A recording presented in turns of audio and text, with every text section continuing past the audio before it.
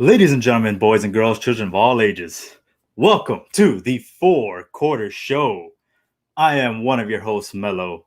And again, as it was last week, I am without my co-host, Align, because he is still studying for the bar, which everyone, wish him some good luck. He's still out there studying, still doing his thing. But with everything that's going on out there, times are tough. And when you set out to do what no one else can, the only thing you can do is look to your blood. You look to your buddies. You look to your friends.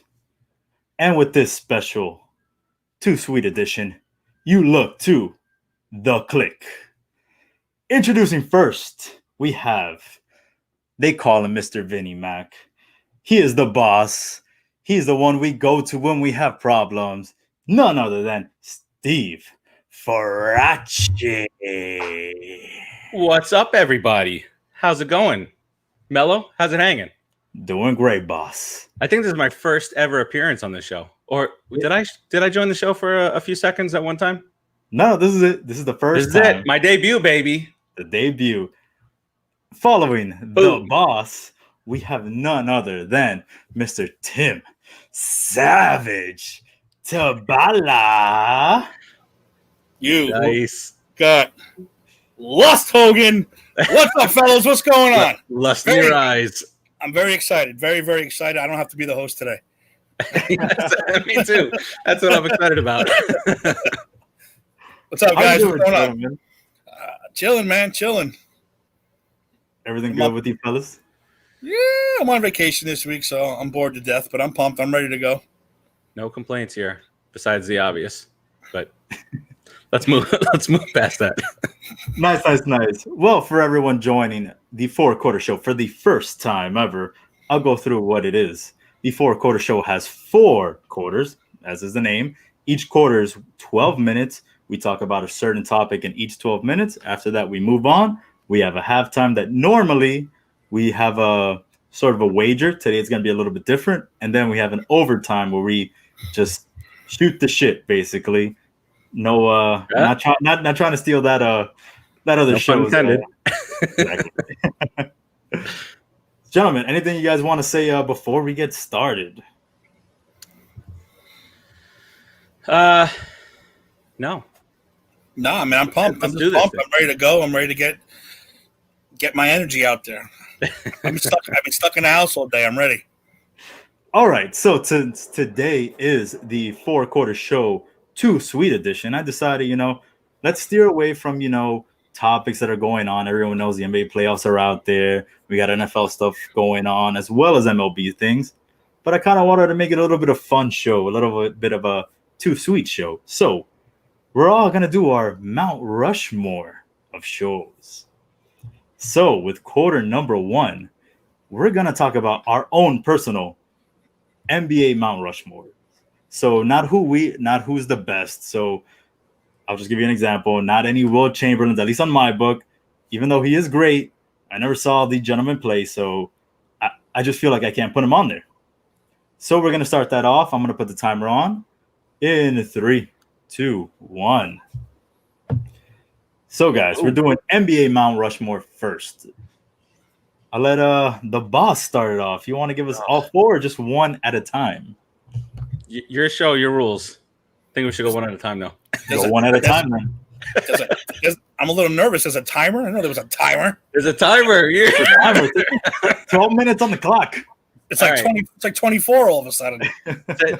Oh, love that show, by the way. Gotta get it up somewhere. I give you my word. Damn it, Chloe. Right. Damn it. All right. So the main rule here is if we didn't really see the guy play, we shouldn't really put him on Mount Rushmore. So we're not, Chamberlain and all these guys. Same thing for Babe Ruth for the MLB, for the baseball one. Correct. It's whoever you think belongs on your And I'm not even going in order here. I'm not even going in order of best to first to fourth, because the person whom a lot of people think might be number 1 there, I don't want to give him that. I don't want to do it. So my first entry, not the best, is King James, baby. LeBron James. LeBron James, he was the first NBA player that I ever had a jersey for that did not say Knicks on the front of it. It could have for a reason. Look, I loved him in Cleveland. I hated him in Miami. Miami, I can't even say it right. Then I went back to loving him in Cleveland, and now I'm liking him in Los Angeles. All right. I see the disdain in Tim's face from the moment I said it. Let's just put it this way. My list consists of nobody past the year 2000. Nobody. Okay. Am I up? Is it my turn? It's your turn. Go ahead. We got LeBron James on the boss's number one. It's very easy. And my number 1 and 2 go together like peas and carrots, but I'll just give you one at a time. It's Mr. Lawrence Joseph Bird. Probably my favorite player of all it was my favorite player of all time. One of the first, probably the first basketball player I ever admired. First, I told the story before. First game I ever watched was the '84 Finals, Lakers Celtics. Even though the Celtics lost that game, Bird was the man that day. He became the man forever. Mr. Bird, I salute you. Larry was one of a kind. Won't even doubt that.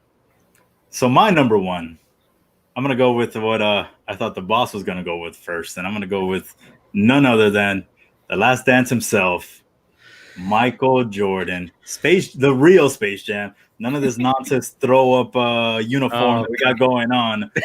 Fluid Squad himself, Space Jam, Michael Jordan. He honestly was just, I wouldn't bet against him at all. And after watching The Last Dance, it was just like, I can't believe he just found anything to go be like, yeah, I found that personal. Bam, he's going to go out there and score 50. He lied about things. He's a liar. He lied about things that people said just to motivate him. Exactly. Whatever he could to get himself motivated, he went out and did, and I love that. So my first sketch up there is going to be Michael Jordan. Boss, who you got next? All right, my number 2. Not number 2. Again, you got me ranking them now. All right. So another guy that just dominated his position. He dominated a sport that you couldn't put anybody against this guy. You couldn't guard the guy. They named a time frame of the game after him, and that's Shaquille O'Neal. Hack-a-Shack. The last 2 minutes of the game named after the man.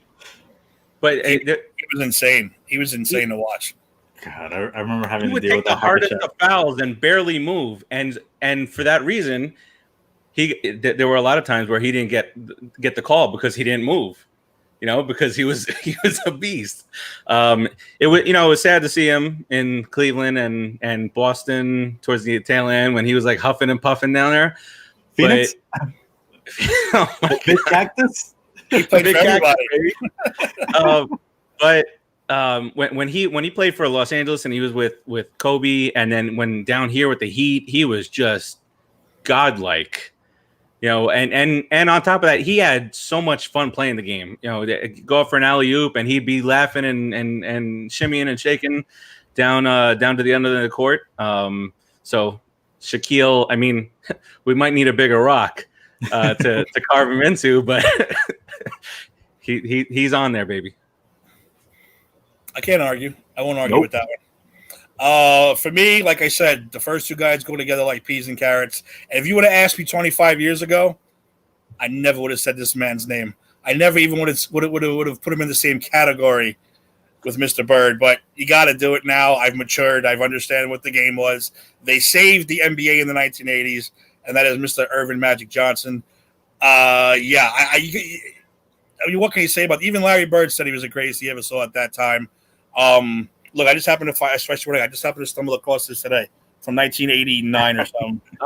Just happened to stumble across it before Cleveland. Magic and the Bird.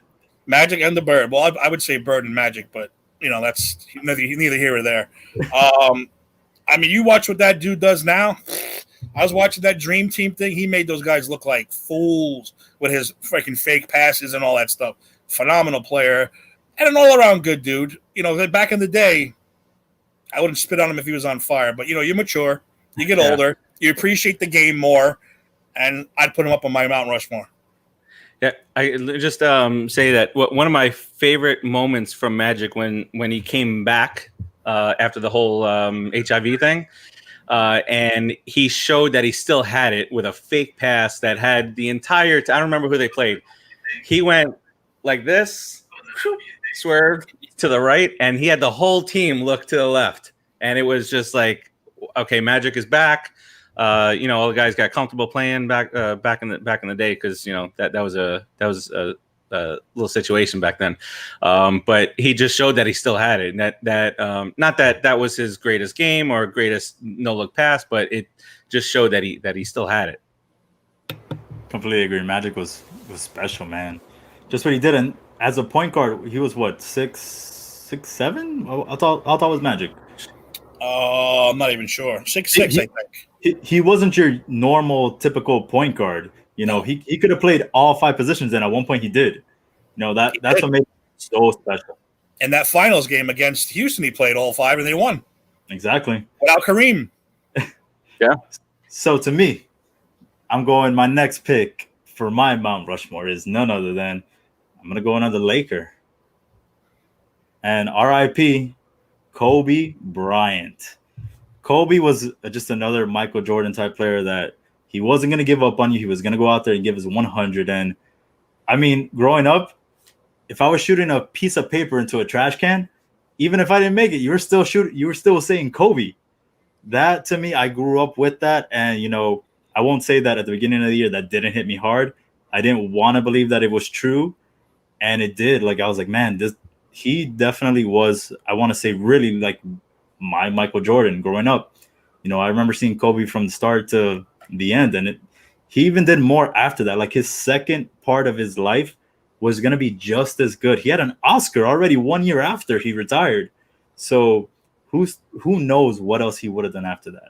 So to me, I got Kobe as another one etched up there. Yeah, just for the record, I'm not trying to take anything away from Kobe. It's a horrible, horrible thing, but I have never shot anything and said Kobe. I've always said Bird. Always said Bird. Always. Or if you're dunking something, I would say Jordan.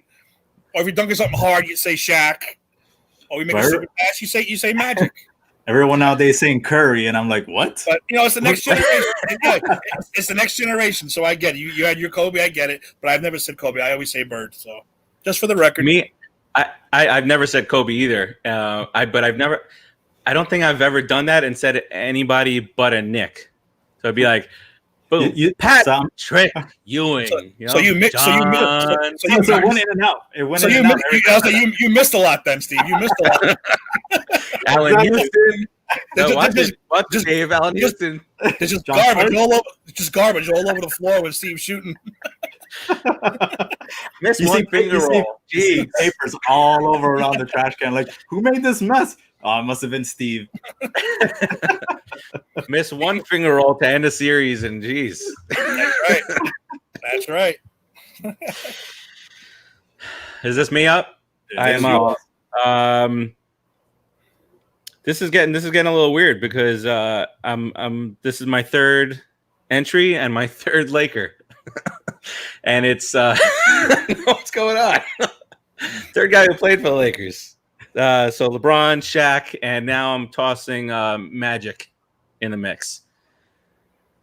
One of the greatest passers I've ever seen. Like, I mean, I don't want to beat a dead horse here, but he just did it all.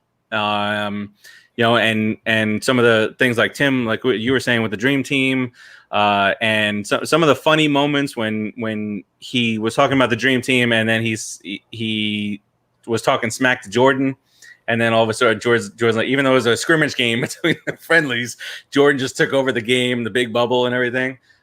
So I think he had a tremendous impact on the game, on and off the court. You know, off the court, it was for something crazy that happened, and he kind of kind of brought the league together once everybody was okay playing with him after the fact. Agree. Damn Lakers. Three Lakers. Wow. Stop with the Lakers already. For real. I thought you were a Knicks fan. Wait, I could say if I pick a Nick, I'm gonna complete labeled as a homer completely. Well, you still got one more after this. Yeah, let me pick Patrick Ewing over. Well, like I said, 25 years ago, this would be a complete different list. But right now, I am going to put Michael Jordan on that list. And I'm going to tell you exactly why I'm Michael, not because of everything, because there was nothing better than waking up on a Saturday, especially when you slept late. Your mother lets you sleep late, and you wake up and it's that da da da da da da da da da da da. The music comes on. It's the NBA on NBC. Oh my God! It's Bulls versus Knicks. You know you're about to see a bloodbath. You're about to see a bloodbath of epic proportions. All those games on NBC were fantastic. And again, I don't care, Kyle. I don't know if Kyle's watching. He says this is the best NBA's ever been. No way, Kyle. You 22-year-old. Get out of here. That was when men played. When Timmy just did the Stone Cold Steve Austin to Kyle. That's right. Austin. He will never understand the NBA on NBC song coming on a Saturday, and you had a triple header of men beating the crap out of each other on that court. Bulls, Knicks, and then the Pacers, the stupid Pistons, who I hate more than anything in the world.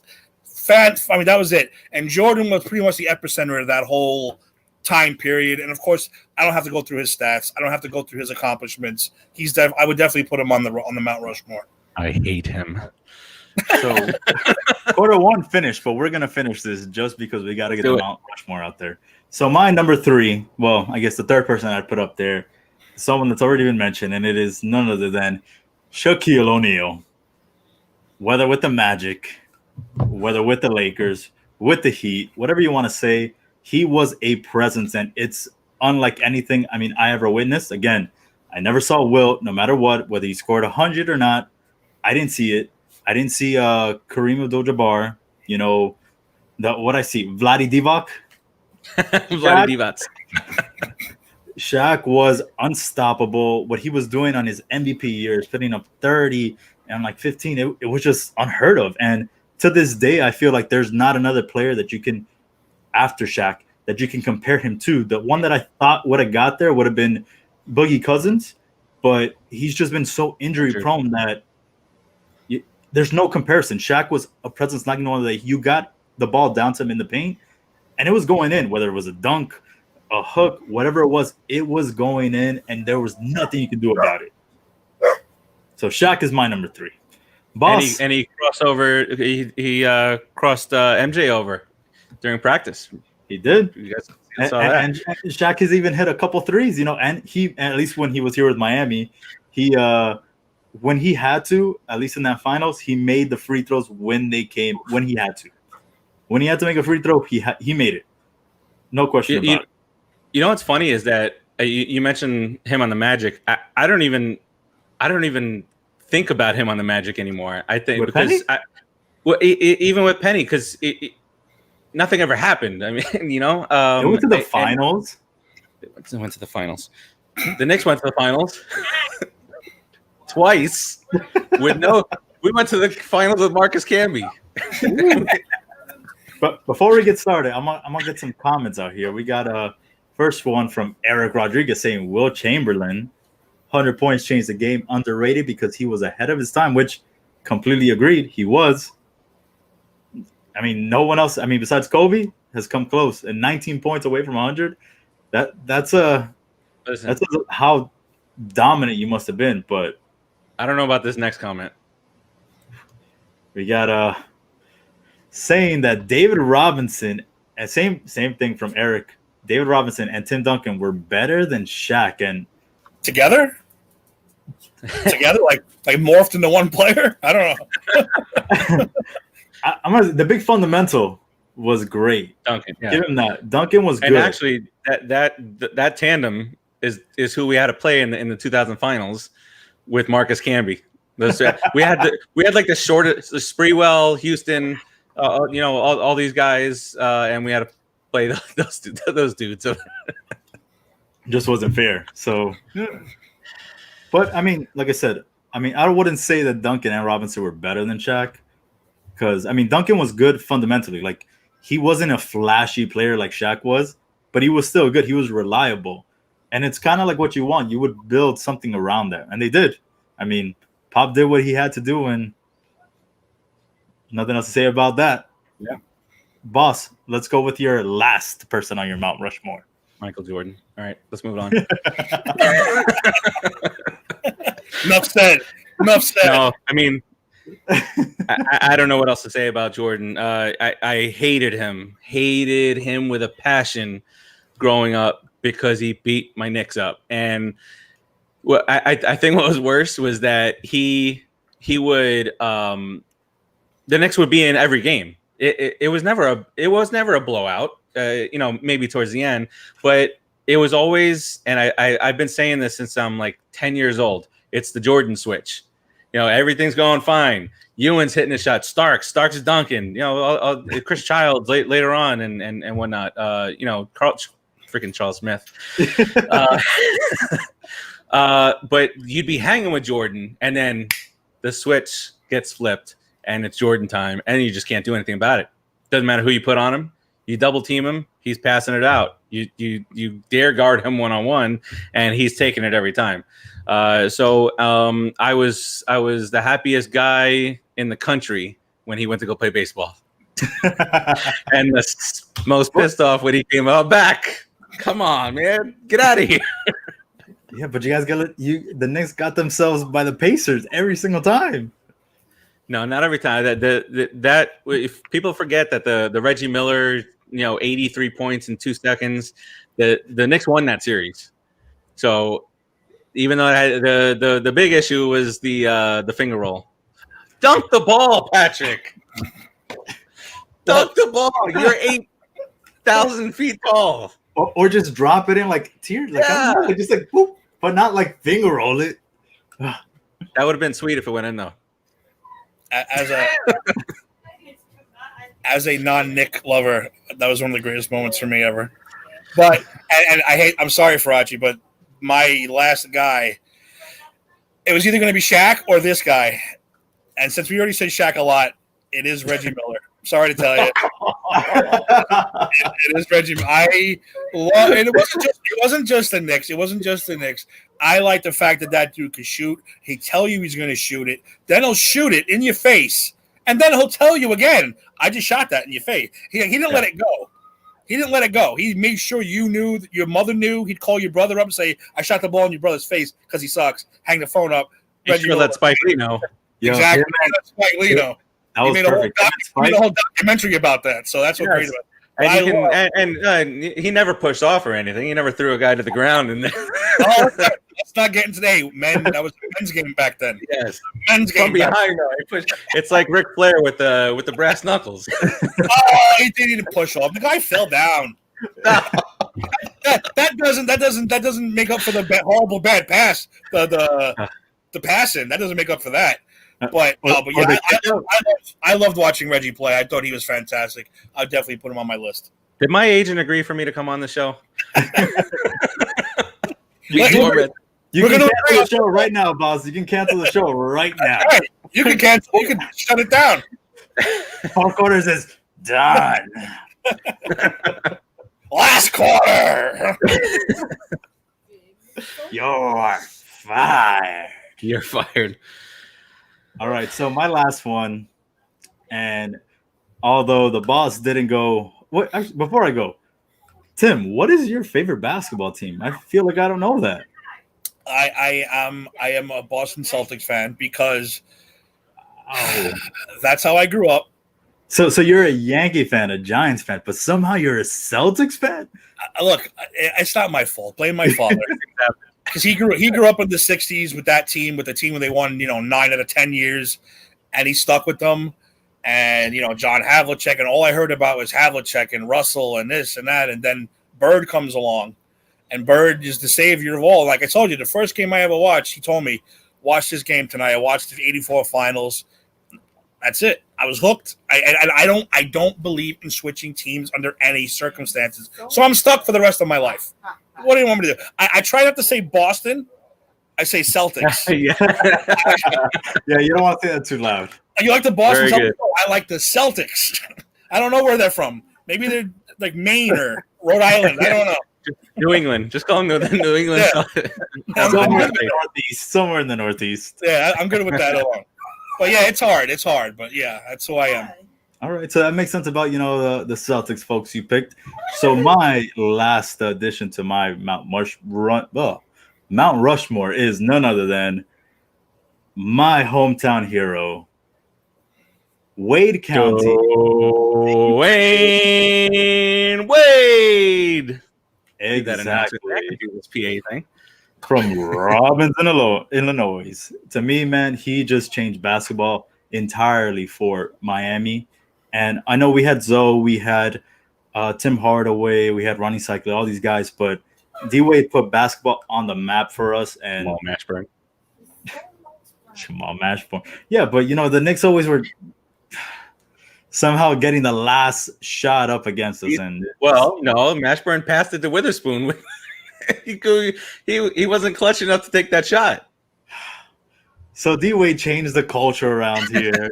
It was his house and forever will be Dwayne Wade's house, no matter what happens here. So for me, I got to put Dwayne Wade up there. And I guarantee everyone in Miami will back me up on it. He's just been so instrumental to the basketball culture down here that you just won't think about basketball here without Dwayne Wade. Yeah. And Gabby Union. Let's never do a top 10 overrated players because that dude's on my overrated list. Wow! What? Look at Melo. I think we just lost the Tim here. He needed Shaq and he needed LeBron. He's the one who taught LeBron how to be a leader. He needed Shaq. LeBron in 2011 was averaging 2 points in the fourth quarter. Dwayne Wade said, "Hey, here's how you lead a team. Here you go." Did he win without him? He won with Shaq, and he was the MVP. Dwayne Wade said, "I'm gonna carry you in 2006." And said, "I'm gonna go shoot these shots." Did he win without them? Did he win without them? Oh, come on. That's right, White Claw. He did not. Hey, no White Claw tonight. What's going on with this? You didn't want to drink that in front of the bar. Different show. What it was that I found some Sam Adams Oktoberfest in August. In August. So I was like, I'm gonna take advantage of this now. You're doing all that stuff early. I'm not mad about it.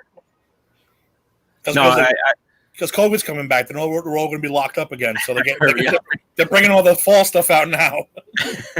Exactly. Especially for Halloween, they're like, that's not happening at all. All right, guys, gentlemen, that was the first quarter. That went extremely long. We're going to try better in this second quarter, which is our MLB Mount Rushmore. This one, I feel Yankees. Just saying right now, all Yankees. Just saying that right now. We're gonna get it going in 3, 2, 1. Tim, I'll let you start it off with the greatest team in baseball of all time. I don't like. I'm in a handicap ranch right now. No, very, very simple. My personal Yankee, who's not a lot of people's favorites, but he is my personal over the past 20 years ago. That's Mr. Paul O'Neill. Love the dude. Love the way he played. Love his swing. I love his attitude. I don't care if they call him a crybaby. I call it passion. If you want to beat the crap out of a cooler or two, I'm all for that. Here's a dude that kicked the ball into the infield. Yep, from left field. And that's it. I'll keep it simple. Go ahead. That's it. Paul O'Neill, number one. What was it that turned him around? He was a 250, 260 hitter in Cincinnati. Was it a tweak or the timing of that kick? Everybody, all my Yankee fan friends in Brooklyn, they always used to mimic and just try to get the timing down. That's ridiculous. That he was. It's an insane little kick, and a little swing that he had, but he made it work. Yeah, he made it work. I mean, he's just my dude, man. I love that guy. I did a couple home runs and I stalked him on 2 occasions. I finally got a picture with him, so I'm good to go. Stalking pays off, kids. I won't lie. My first Yankee game I went to, it was against the Blue Jays. I have that day they were giving out Paul O'Neill bobbleheads, and I got one of those bad boys. Right, I'm looking at it right there. Oh, look at that. Paul O'Neill bobblehead to my right. Yep, it's a classic. And aren't you guys cute? So my first person on the Mount Rushmore, I'm gonna go with the controversial pick. Tim actually might not agree with this. I know the boss is gonna completely trash it, but I'm gonna go with none other than Zone. He's got a baseball field named after him. Aroyd.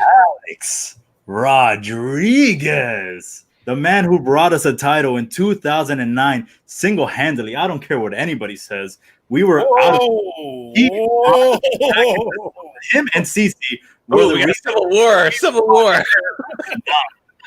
Without A-Rod and without CC, we do not win in 2009.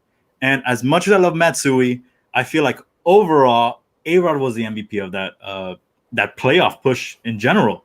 We were, I think it was against John Lackey and the Angels. We were down. And what did A-Rod do? I was at that game.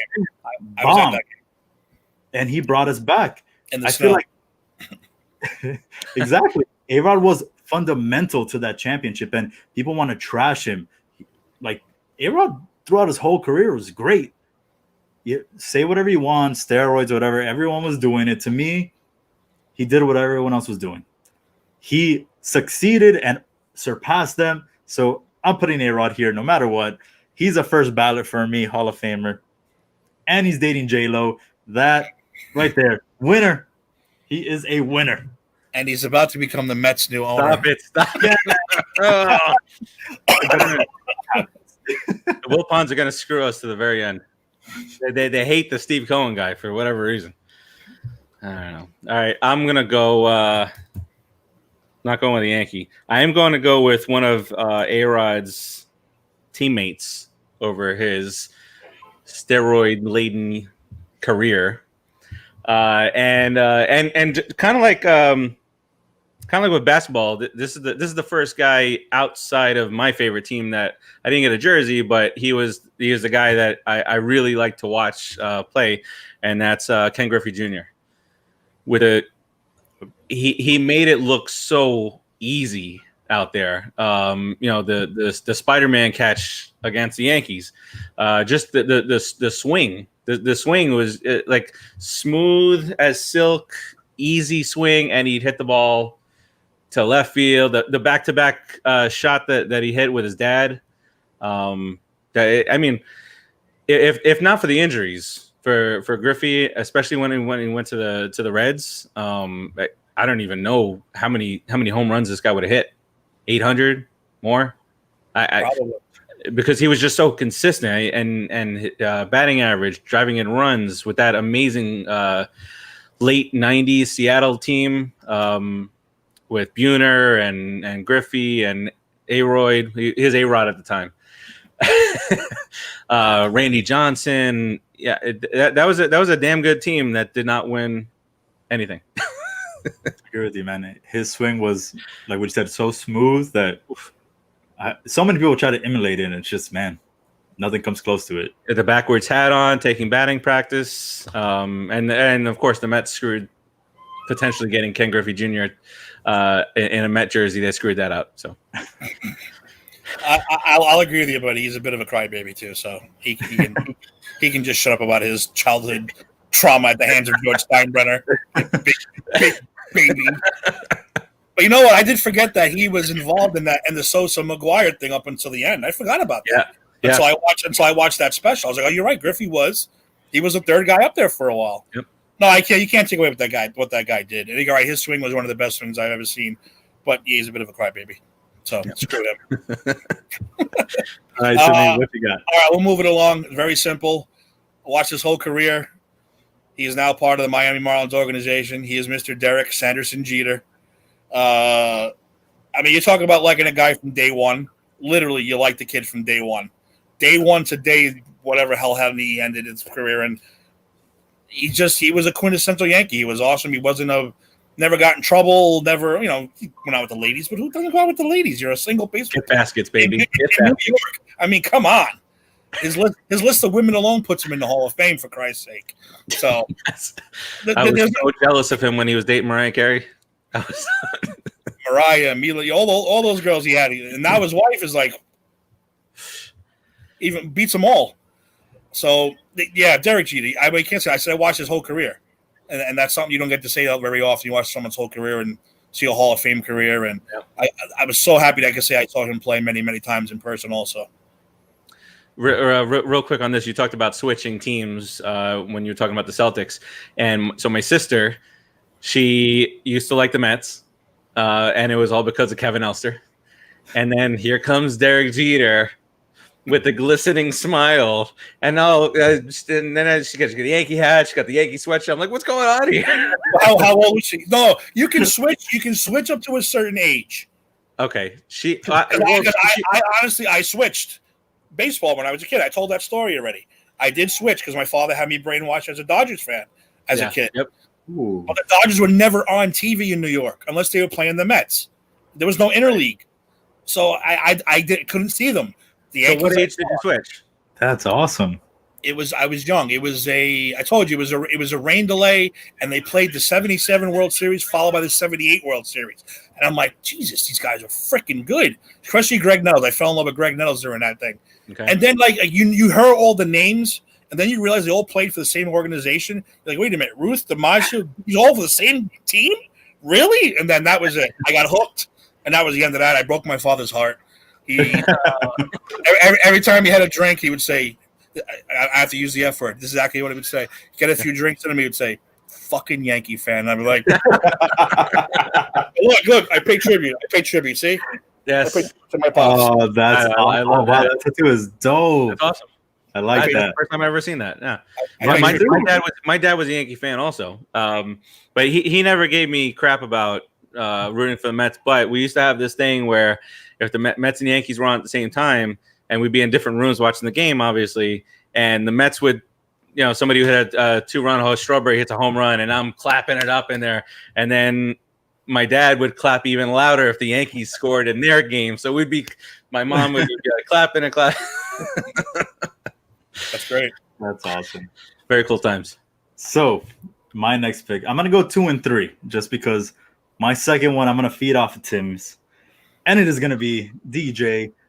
Trust Jeter, and Jeter we trust because he's doing right now wonders with the Marlins, which unfortunately right now they're losing to the Mets, but they're still on the top of the NL East, which no one thought. Not for long. We don't know that. We'll see. But I'm going to go with what Tim went there with. Derek Jeter's dating diamond. I'm going to tell you what this consists of. That's pretty good. At catcher, we have Minka Kelly. Wait, she's catching? Okay. She's catching. Yeah. Currently catching. At first base, we have Jordana Brewster. Second base, Adriana Lima. At shortstop, we have none other than Scarlett Johansson. Third base, Vanessa Manillo. Left field, Mariah Carey. Center field, Jessica Alba. Right field, Jessica Biel. Pitching, Hannah Davis. And at DH, we have Tyra Banks. Just on that lineup on its own of women that he's dated. And there's a second lineup. That's it. Yeah. There's a minor league lineup we don't know nothing about. Yes. Exactly. Those are the ones that got the gift baskets. Exactly. The sign ball that everyone's got. I remember quick. I have a friend who took after Jeter with the gift basket thing, but he was poor, so he used to give them a cookie on the way out the door. Funny, and he used to really do it. Have a cookie, get a cab, see you later. That's what he used to do. Get a cab. Wow, you wouldn't even call her a cab? Get a cab, here's a cookie, see you on the way out. He had the box of the Entenmann cookies always on standby. Well, that was my 2. So I'm going to jump into 3 and say my number 3 is greatest closer of all time, Mariano Rivera. Mo. Man, besides, what was it, 2004 when he went up against the Red Sox, which I still feel was a little questionable. The man was clutch. You did not want to see him because he was going to close the game and you were going to lose. He was going to get the save no matter what. So that to me, number 3 is Monk. 04 wasn't his fault. 04 was the rest of the pitching staff's fault. Well, no, but he had a game that he blew. Yeah, but we had when you really think about either way, there were 4 games that they could have won. Oh yeah. They shouldn't have lost that. So, to me, Mo still is all time. It doesn't even matter about what happened in 04. He's still the best. Boss? He is. David Wright hit a game-winning double over his head. And then Matt Franco, of all people, gets a base hit with the bases loaded. This is like 96. I think that was the first Dave Malicki. 97. 90. Oh, was it 97? Yeah. So it must have been 97, 98 when Matt Franco got the base hit to win it in the ninth. All right. So I've only gone 1, right? You got 2. No, you got 2. Did I? Yeah. Who was the second one? Griffey's the only guy I mentioned. How'd you only go 1? Oh, whatever. Go. Okay, go ahead. Go 2. Well, David went twice in whoa. That's right. All right. Another. I'm gonna go a little homer here, but it's not too homer, and it's Mike Piazza. And I'm going with Piazza because number 1, he's best. Really? Where? He's in the Hall of Fame, buddy. He's in the Hall of Fame. Didn't happen. Best hitting catcher of all time. He brought the Mets back to at least relevance in the late 90s. And the fans almost screwed that up because Piazza got off to a decent start with the Mets, and then he slumped, and they booed the crap out of him. And every day on the back of the Daily News, I'm like, this guy's gone. He's leaving. There's no way he's not going to come to the ballpark to get booed every single game. And it turns out he loved it. He loved being held accountable for it. He loved that the fans stayed until the end. And it wasn't in Dodgerville where they get there in the second, third inning and leave in the 7th or 8th inning. And then, just to see him 7 years with the Mets, even down to last year when it was a lot of injuries. He was still the face of the franchise, and for me, even though he made the playoffs with the Mets, it was kind of like for me, and it might be an unfair comparison now that I'm thinking about it, but it was for me, it was like Don Mattingly. He was best guy on the team all this time, and then he retires, and then the Yankees win the World Series. Well, the Mets, the Piazza left the Mets in 2005, and then you bring in Beltran and Delgado, and they won 100 and some odd games. They freaking Beltran didn't swing at the damn pitch. But yeah, I mean, he brought relevance back to Queens baseball. Even I was excited. I remember that day all over the radio. I went nuts. All over the news. I mean, Joe Beningo, I thought his head was going to. Mine did. I heard it inside. Explode. So I lived on 85th and M in Canarsie, and I ran to Seaview Park and back, two city blocks basically, and back screaming, "The Mets got Mike Piazza! The Mets got!" And it reminded, because I did the same thing when the Rangers won the Stanley Cup in '94. Screaming, "Let's go Rangers!" And then all the people outside in Brooklyn, and they were clapping and whatnot. It was fun, but I went nuts when I got Piazza because I am used to like the last 7 years of Carlos Baerga and Brett Saberhagen and Vince Coleman and firecrackers and bleach. So that's my second one. Well, go again, because I'll tell you right now, my next one is also Rivera. So there's no reason to get into Rivera again. So, Steve, go again. I figured you both have Rivera. Can you not? How do you not have Rivera? I can easily not have Rivera. Very easily. He closed out a Subway Series World Series. I could go Trevor Hoffman, baby. I'll go Johnny Franco on you. So, I mean, at this point, for me, it gets a little difficult because there are guys that I like to watch, but I hated the team. And, if it wasn't for the Mets and whatnot. And I did mull over Rivera. I mulled over Jeter. I can't do it. Can't. hurt. Yeah. All right. So my third is probably the best pitcher I've ever seen pitch, and it is something that I struggled with because it's kind of like along the lines of going with Mariano Rivera. Greg Maddux. But it's Greg Maddux. Yeah, I knew it. This guy, and I don't know if he'd be the same pitcher nowadays with how the strike zone's being called. And I know Tom Glavine wouldn't be because he pitched for the Mets and he wasn't anymore. But they got that pitch 2-3 inches off the plate and it's drive people crazy. But this is a guy who threw a complete game shutout on less than 90 pitches. That doesn't happen anymore. And it just the best. Clearly, first ballot Hall of Famer. In the 90s, he was just in the 90s alone. He was 90 games over 500. I almost went with somebody that might have pissed you off with Pedro Martinez, because I heard a stat today on Pedro. Over a 3-year stretch pitching for the Red Sox, he gave up 122 earned runs. 3 years. 122 earned runs. This year, through 19 games, the Red Sox gave up 124 runs. Ridiculous. Good, and it's all to the Yankees.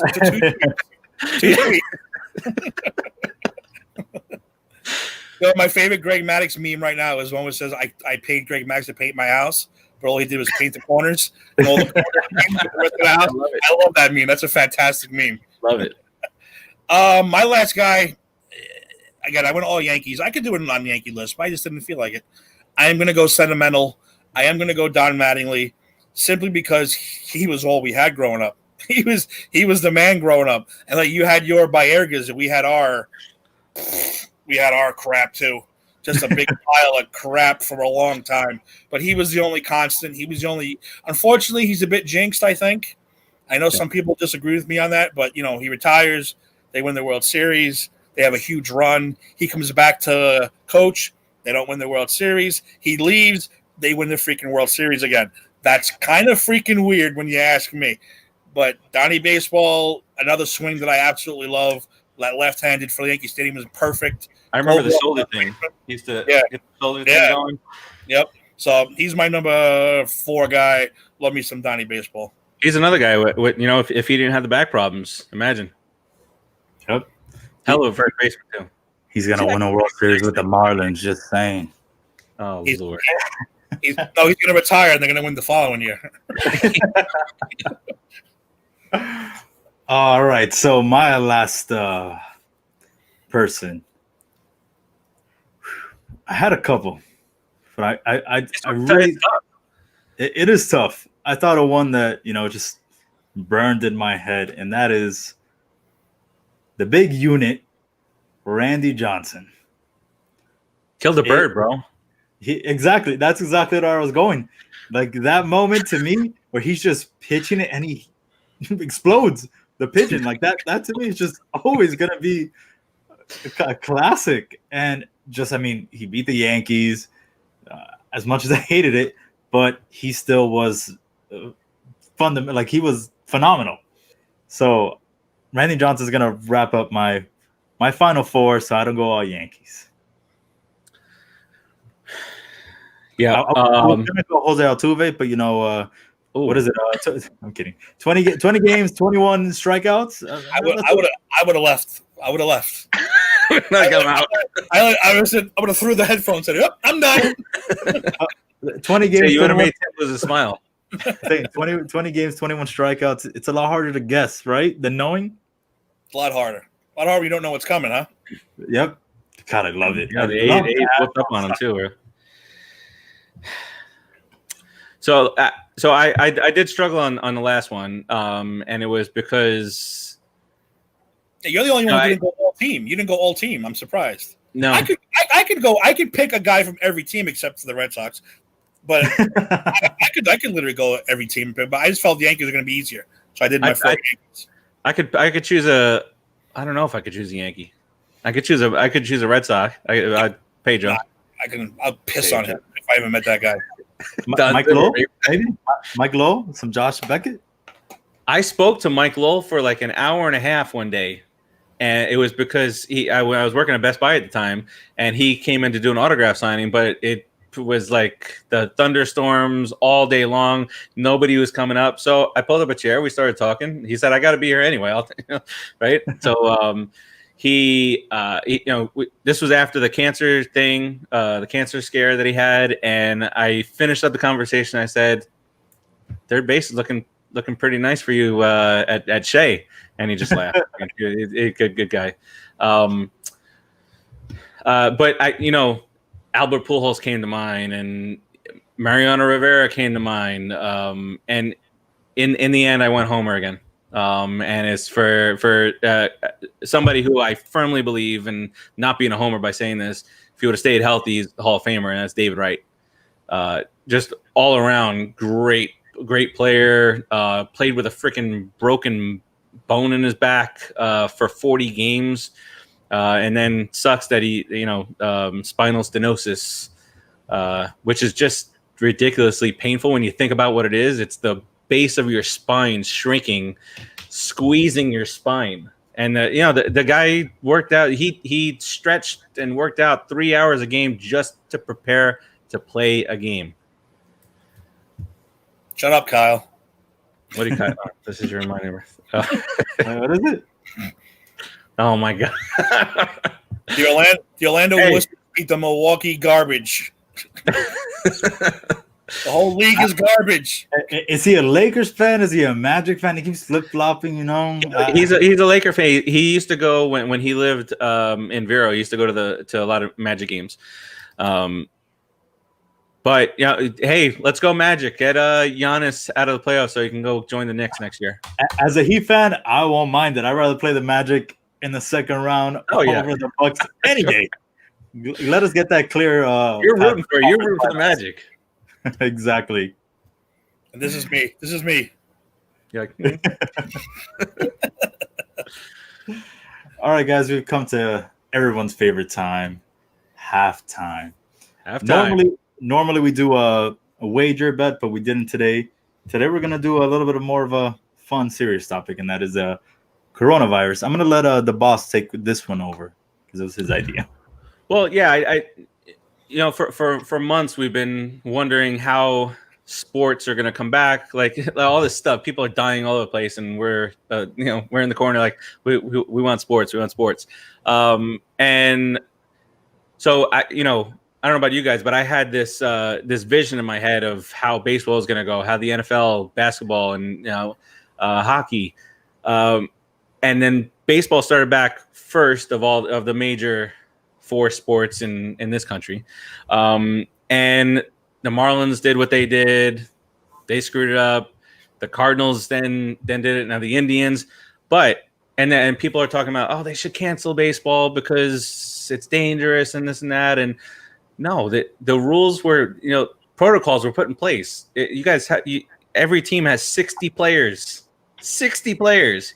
So I did not believe. I thought the Marlins should have just forfeited some of those games, or had to bring up 20 of the guys that are on the reserve team. Why should other teams now have to play double headers, freaking 4 days in a row, double headers?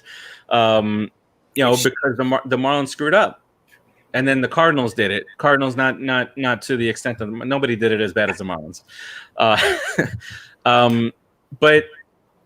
So what happened with Cleveland is that two of their pitchers, they went out and they lied about curfew, and Clevenger actually lied about being out.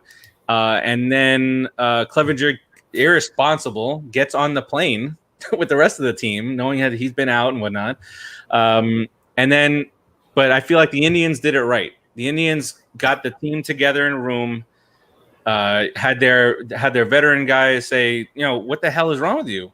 And one veteran guy who I don't like, he's ruined my Mets, Oliver Perez, and Oliver Perez is a big cog in that bullpen. It's weird to say, but he said, if those 2 guys aren't suspended or nothing happens to them, I'm opting out. I'm out. which I think is great. I think guys who don't abide by the protocol should be suspended by the team. Maybe it's not a baseball thing, but they're out for 10 days. They can't even come near the team for 10 games. And then you got the bubble in NBA. That's working out well. You got the NHL bubble. That's working out really well. Immature kids playing baseball. But I don't know how you guys feel. I do not think that there will be a full NFL season this year.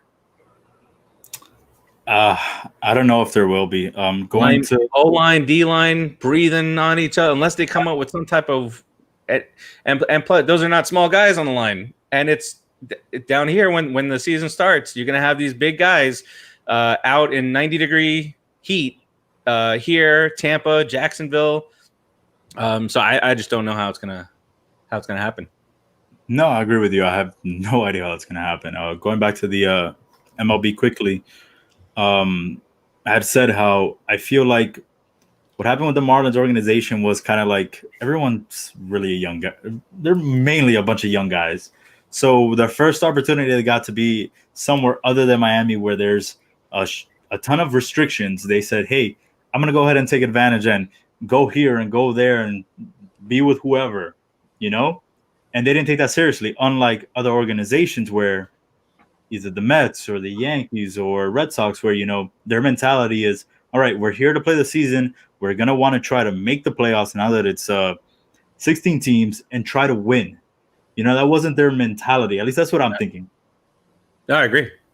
So it was kind of like a childish thing. So then I do agree with you that I thought that maybe we shouldn't have had, I think, what did they have? Almost like 6-7 days of not playing baseball. I thought, again, my mentality as with the Marlins is, okay, you didn't think you were going to do all that great. Why not bring up guys, make them have that MLB like a major league, you know, atmosphere and see who's going to do well and who's not.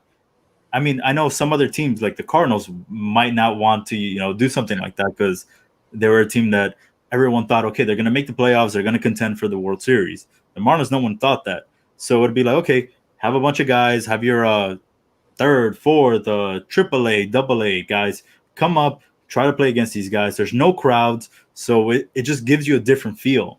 Why not do that?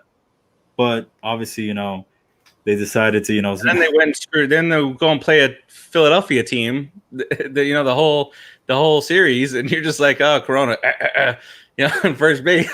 Like, exactly. But it was like, I feel like the MLB didn't do something from the start because it wasn't mandatory to wear your mask in the dugout, which I feel like should have been the first thing. The first series against the Phillies and the Marlins, what's his name? Didi Gregorius was wearing his mask the entire time. I think he took it off like after he hit a home run because he hit 2 in the first 2 games to like breathe and then bam, put it right back on. If he was on the field, he was wearing it. Like he was being safe. And I feel like that should have been, if you're in the dugout, wear your mask at all times. There's no reason not to. You don't know what anyone's doing. These guys are grown adults. They can say, oh yeah, I'm going to be in my room. But you can't hold them accountable for that. They're going to go ahead and do what they want. If they want to leave, they are going to leave. That's why you're not seeing college football. Exactly. You can't have 18 to 22-year-old kids making decisions because we've seen what happens when kids make decisions, especially down here in Florida. Well, exactly. What are you going to do, though? Put a little tape on the door and be like, oh, it's broken. They went out.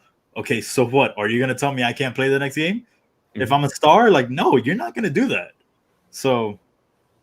But that's what I'm saying. The Indians have done it right. Clevenger's their top pitcher, and he's allowed nowhere near the team for 10 days. Two tests he has to pass too. Yep. How about before we move on, Aroldis Chapman? Jesus, this man! I've never seen a pitcher come back looking so swole as this man. I saw him the other day, and I was like, "Yo, what did this guy eat?" He looks ridiculous. He had coronavirus? This man had corona? Are you sure? Everybody wants it now. Exactly. He's like, oh, that's what I'm going to look afterwards? Because, man. Best workout program ever. He had Hulk-coronavirus. That dude's just jacked up. And he was still hitting 100 like nothing.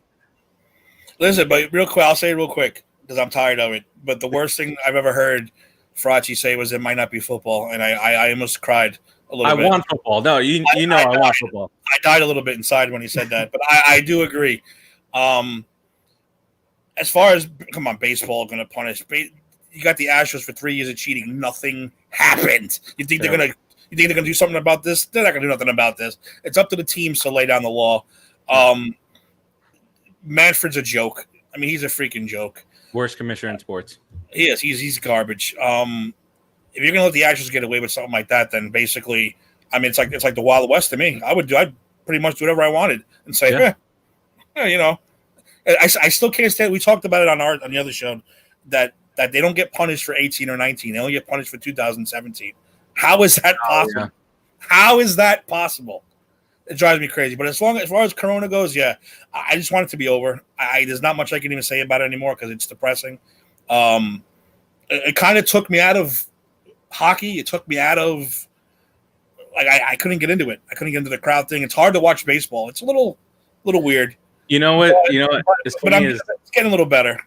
Last night was the first time this year in baseball that I've not noticed there's no crowd because it was in Miami. and when sorry, Mello, but when we went last year, the fellas from the Put in the Book show, there was at a Mets game, Mets and Marlins, there was 7,000 people, and Keith, who he's got a loud carrying voice, and his voice was, we were behind home plate. Got a buddy of mine that works for the Marlins. Shout out to Dom. And we heard the echo down the right field line. The guy who was pitching against the Mets was some rookie. He had no hitter through 6. And I said, Keith, do something. Sorry. You're throwing a no hitter. You haven't given up any hits yet. And the crowd, what little crowd there was booing Keith because everybody heard him. That's the thing with the crowds here in Miami. You're gonna get more away team fans. It's basically like a home game for the away team, some way. Like the Mets, the Yankees, the Cubs. I went to the playoffs in 2004 at Pro Player, and it was Joe Robbie, whatever it's called back then. But it felt like it was 60% Cubs fans. Nope. Red Sox, whoever you think about, any big team, it's going to be an away game for the home team for some reason. Yep. That's sad. Very sad.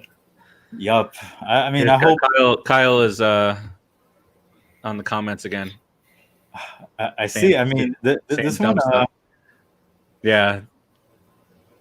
James Dolan? No. Well, look at the next comment. Jay is clearly trolling. Hoodie Mello. The kid upset at Kristaps Porzingis, who, by the way, the kid wound up getting a Porzingis jersey only for the Knicks to trade him. The idea of Kevin Durant, that's funny. And Jerry Malin, that was a lot of fun. Linsanity took over the city, baby. I'm kind of surprised you didn't put Amari there. I feel like Amari was huge for you guys at like the start, and then he took too many wine baths. I don't know what the hell, like, punching fire extinguishers and stuff. God, all right, guys. Moving on. We got a third quarter. Yes. Get Steve out of there. Quarter number 3, we have our NFL Mount Rushmore. We've kind of gone over all of our 12 minutes, so I'm going to stop putting the clock on because I feel like we're over again. So quarter 3, Steve, go start us off for our Mount Rushmore of NFL. Easy peasy, baby. LT, the only LT. Daniel Thomason?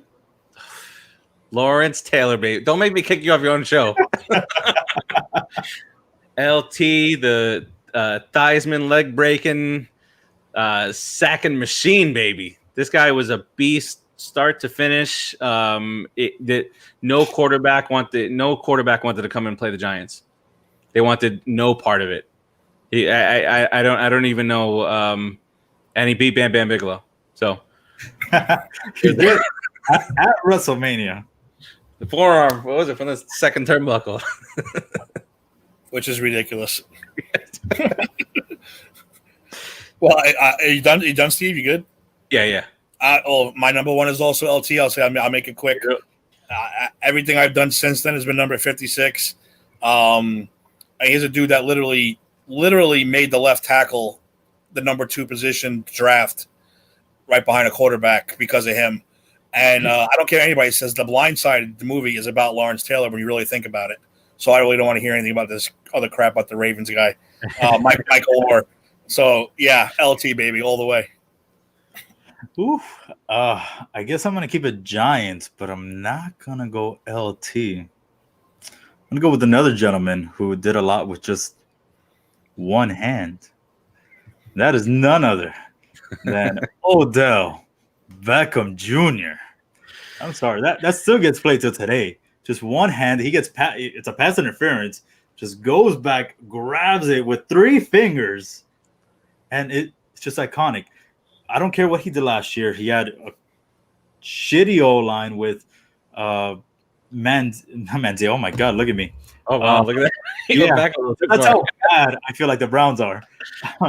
with what's this guy's name? I can't think of it either. Well, that's bad. Yeah, we shouldn't have a show. We can't think of his name. I feel like I'm like, okay, Johnny Manziel, Brandon Whedon, whatever. I'm looking at him right now. I promise you, I'm looking at him right now. The Cleveland Browns quarterback, and it doesn't matter. He was a Baker Mayfield.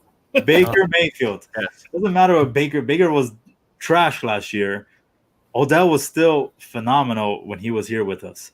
He can complain about Eli all he wanted, but Eli was getting him the ball there, and he was catching it.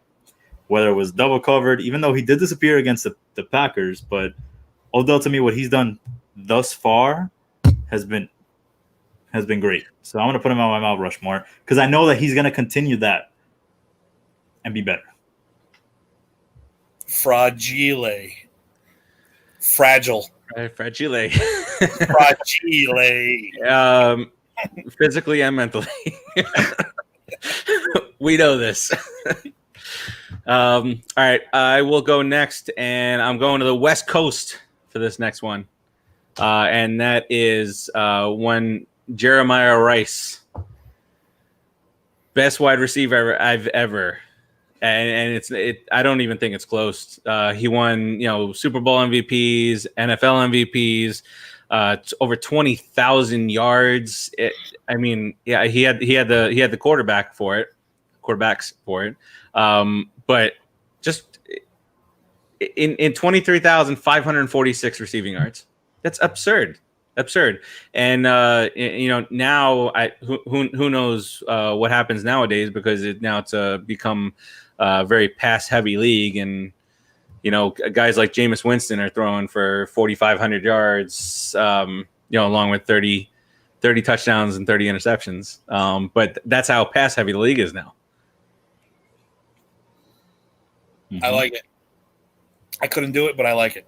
Yeah, I know. I have too much pain against those damn 49ers. But I have one more Giant. I didn't go 4 Giants this time, but I will. I do have one more Giant, and that is hopefully the man I will be meeting next week. If my stalking skills are back in action, I will be meeting Mr. Michael Strahan next week. Hopefully, because Pyramid's back. They're shooting Pyramid next week in my job. Oh, nice. And hopefully I'm going to stalk him, and I'm going to flat out tell him, listen, you guys are leaving. You're not doing the show here anymore. I want a picture before you leave. Plain and simple. Bring my Giants hat in, but enough of that. Yeah, Strahan was the guy after Taylor really anchored that defense for years and years and years and years. He was consistent. He get kind of a babyish at the end, but, he didn't want to rebuild. He was mad at the rebuild. Yeah. Get ready to sit out, and then all of a sudden, boom, Eli comes in and it's like, in that 2007, it was magic. Magic. I wish he didn't walk away when he did, but you know what? Go out on top. That's the way you do it. But yeah, man, Strahan was another LT type where what's his name? John Runyon, whatever. It's like, I don't want to play this guy anymore. I'm done playing against Michael Strahan. So that's my maybe you can get him to say, and you're watching the We Stomped You Out show. I am going to try. I got nothing to lose, so I'm going to try. All you can say is no. No, I'm good. All I can say is no. That'd be a good one. Yeah, Strahan, man. The Gap signature. The Gap is so good. Only thing that sucks is probably I have to wear the mask around him. So that's good. my picture's going to be me with a mask on and Strahan. Yeah. So, but whatever. We'll know it's him. But if you get him to say the line, well, I swear I'm going to. If I get to meet him, I'm going to say, listen. Are we, friends of ours? We do a show and we named it the We Stomped You Out Show after you. And he's, oh, that's cool. I'll be like, well, how about you say something? We'll see what happens. I think it is. We'll see what happens. I'm gonna try my best next week though. They're shooting like 25 shows next week in 1 week. They're doing a whole season next week, so I got plenty of time. Of Pyramid? Pyramid. That was on Pyramid. Yeah, they're shooting a lot. They're doing the whole season next week. No audience, just celebrities. There's gonna be celebrities all over the place. I'll be stalking like crazy next week. Nice. That's why I took off this week. I had to rest up. I was gonna say. All right, gentlemen. My next person is none other than he's probably the GOAT right now, and probably the GOAT for a while. None other than Thomas Edward Patrick Brady Jr. Tom Brady. I mean, can you deny it? I mean, the man's what, 6? I can deny it. He's won 6 Super Bowls. He's the worst quarterback in the history of the Super Bowl against the Giants. Against the Giants, you're absolutely right, and I love it. I love that he's 0-2 against us, but against everyone else, I mean, besides the Eagles, he's 1-1 against the Eagles. Everyone else, he just comes back and wins. I've rooted against him I think the only Super Bowl I did not root against him was the one against the Eagles recently. Same. That was I rooted for the Patriots. Yeah, exactly. That's the only Super Bowl I was not rooting against him, and he's won every single time besides the Giants. And I mean, numbers don't lie. The man is a Hall of Famer, and he's gonna be the GOAT. We're gonna find out this year. Oh, you're right. In Tampa, I don't know. It's a lot. It's not as cold as New England. Was it a systemic quarterback? Is he a system quarterback? Peyton Manning, when he went to Denver, he threw 37 touchdowns that first year with a nerve situation. So let's see. He's got the receivers. What was that? Afterwards, he broke the record for most touchdowns in a season. Yeah. So I mean, Tom could do it. He's got the receivers down here in Tampa. It's zero excuses. Now we'll see if is he going to dunk and dink like he did in Patriotville, or is he going to try to air it out a little bit? Exactly. Interesting to see. All right, my next guy, Joe Montana. Joe Montana. I'm going back to defense here. And I'm going with another, not Strahan, not yet. Let's see if you're going with who I was going with next. I'm going with Reggie White. Ooh, just he's a guy who was like the 1B to LT in the league at the time. And then I feel as though it was like the beast on defense. It was LT, then it was Reggie White, and then somebody else took over after that in my book. And maybe I'll get to him, maybe I won't. But my number 3 is definitely Reggie White. Jerry White. That's good. Number 3 for me. 5 foot tall, 5 foot 8 inches, I should say. The greatest running back of all time, I don't care what anyone says, is Barry Sanders. That dude did things with no help that you've never seen before in your life, and you'll probably never see again. If that guy did not retire and you gave that guy an offensive line 1 year, oh my God, I can't even imagine what he would have done. I can't even imagine. I feel bad for anyone who hasn't got to see this dude play.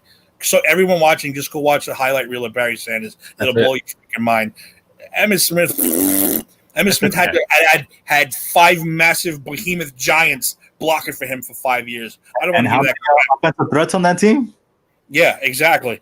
I don't want to hear that crap. Barry Sanders is still, to this very day, I'll say he's still the greatest running back I've ever seen. Pre-Barry Sanders, I don't know. Probably Jim Brown. We want to argue that far back. But, yeah, man, Barry, he was in a whole nother class. You put that guy in another team other than those stupid Lions teams of the 80s, and you're talking no one would have caught his rushing league touchdowns, yardage, nothing. The guy was phenomenal. All right. Can't disagree there. My number 3, I'm going with another Giant. My favorite defensive end. None other than OC Umenyiora. I feel like OC to me was, man, he was so freaking great. Most sacks in one game for Giants. I felt like if he was sacking, he was returning a fumble. Like it was just so great watching him, and he just was a dog out there. He was going out quick. there. Exactly. He was just going out there. He didn't care who was in front of him. He was gonna get through you and to the quarterback. And I mean, you have to love a player like that on your team. So I'm going OC with Tree. That's a good one. Tree. All right. My number 4. Won't spend too much time, but he absolutely helped us stomp out the Patriots, and that's Michael Strahan. I couldn't. Just thinking back on all the defensive guys that the Giants have had through the years, LT and OC and Michael Strahan, and Justin Tuck with the grill. That's what the Giants have always prided. The Giants have always prided themselves on defense, and what they did. There he is. There he is. There's the man. But all time, single season sack leader. Don't want to hear anything that anybody else out there has to say about that. And then look, he like Tim, like you said, he might not have been thinking about handling things the right way, and then just I feel like everything clicked, and then he really became a leader of that team, and certainly a leader of that defense. And when you look back on that on the first Super Bowl that they beat Brady and the Patriots, let's get the offense the ball back. Let go get the ball. We're gonna win this game. So he always had that mentality, and he's always been that upbeat guy. And when he did that "we stomped you out" thing on that stage and everything shook, I get goosebumps, baby. I get goosebumps. Me too. Still to this very day. Such a great moment. Let's hope we get back to that soon. Please. My last guy went with the quarterback, and it's not the quarterback you're thinking. Probably might be a little bit of a shock to you. But my favorite quarterback that I've enjoyed watching over the past, couple years is the man from Green Bay, Mr. Brett Favre. I love Brett Favre. I love the way he played the game. I loved his attitude. I love the gunslinger. I love that. You know what? I'm going to throw this ball 50 yards. It might be an interception, but I'm still going to throw it. I just like the fact that he took those chances, man. He didn't care. That dude threw that ball so damn hard. I heard those receivers saying, you got to pad up to catch a ball from Brett Favre. Especially when you were inside the 10-yard line. There were guys that were like, listen, I didn't want to catch the ball because you knew that ball was coming in full speed, especially with like a tight end. That ball's coming in full speed from 10 yards out, and he's going to drill you and he's going to hurt you. Yeah. I don't like the fact that he went to Minnesota. The Jets, whatever. The Jets are the Jets. No one remembers that. That was a business decision. The Vikings is more of a big FU. But you know what? Good for him. He did what he had to do. Everyone made the right decision because it was time to move on to Aaron Rodgers. But yeah, Brett Favre has always been. I loved watching that dude play. Constantly love watching him play. So he's my number 4. Appreciate that last interception he threw with the Packers in the Coughlin game. Appreciate it, buddy. Yeah, it's funny. Another person like Brett Favre is Dan Marino that you always heard. You can be like 5 yards out. He's going to throw it as hard as he can just to get it in your hands. And people just, Even if there's nobody around, if no one's around. Yep. I'm going to throw 300 miles an hour at your face. Yep, you better catch it. Yeah. That's it. All right, so my last one, I was thinking I was going to go Giants. I was thinking, I could have gone a little elite, with Eli. But, I'll leave it for the haters, who won't give him the credit. I'm going to give it to, Mr. Randy Moss as my final person on my Mount Rushmore. Getting the touchdown in Minnesota, putting his pants down, and, doing the dance. That's what I'm going to give it to. Most touchdowns in a season for a wide receiver. he was just, man, incredible. I would have loved to have seen him catching stuff in New York, but still beat him in the Super Bowl. Took care. He got his touchdown, that one touchdown, and it was good. That's it. Hey, here you go. Here's the record. Who's gonna win the Super Bowl though? I might have called Randy Moss some horrendous names. I would never repeat them either because I'll probably get kicked off every show, and my kids are in the house, and I'll be fired from my job. But let's just say, yeah, I didn't appreciate that touchdown very much. It wasn't just him; it was Brady got a lot of that too. So don't worry, Yeah, don't think it's a racial. We got to send Tim to some counseling before he's back. 30 days suspension. Anger management. If I repeated what I said after that touchdown, oh yeah. All right, gentlemen, we're down to the fourth quarter. 4 fingers up in the air. And being that this is the too sweet edition, we're going to do none other than our pro wrestling Mount Rushmore. And being that, we this got... he didn't want Elizabeth. This will be quick. On Savage's head. He didn't want Elizabeth.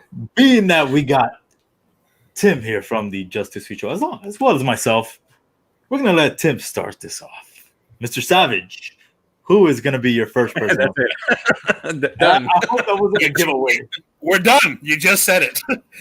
You got lost. Mr. Randy Savage, of course. He's my all-time favorite. Always has been. Always will be.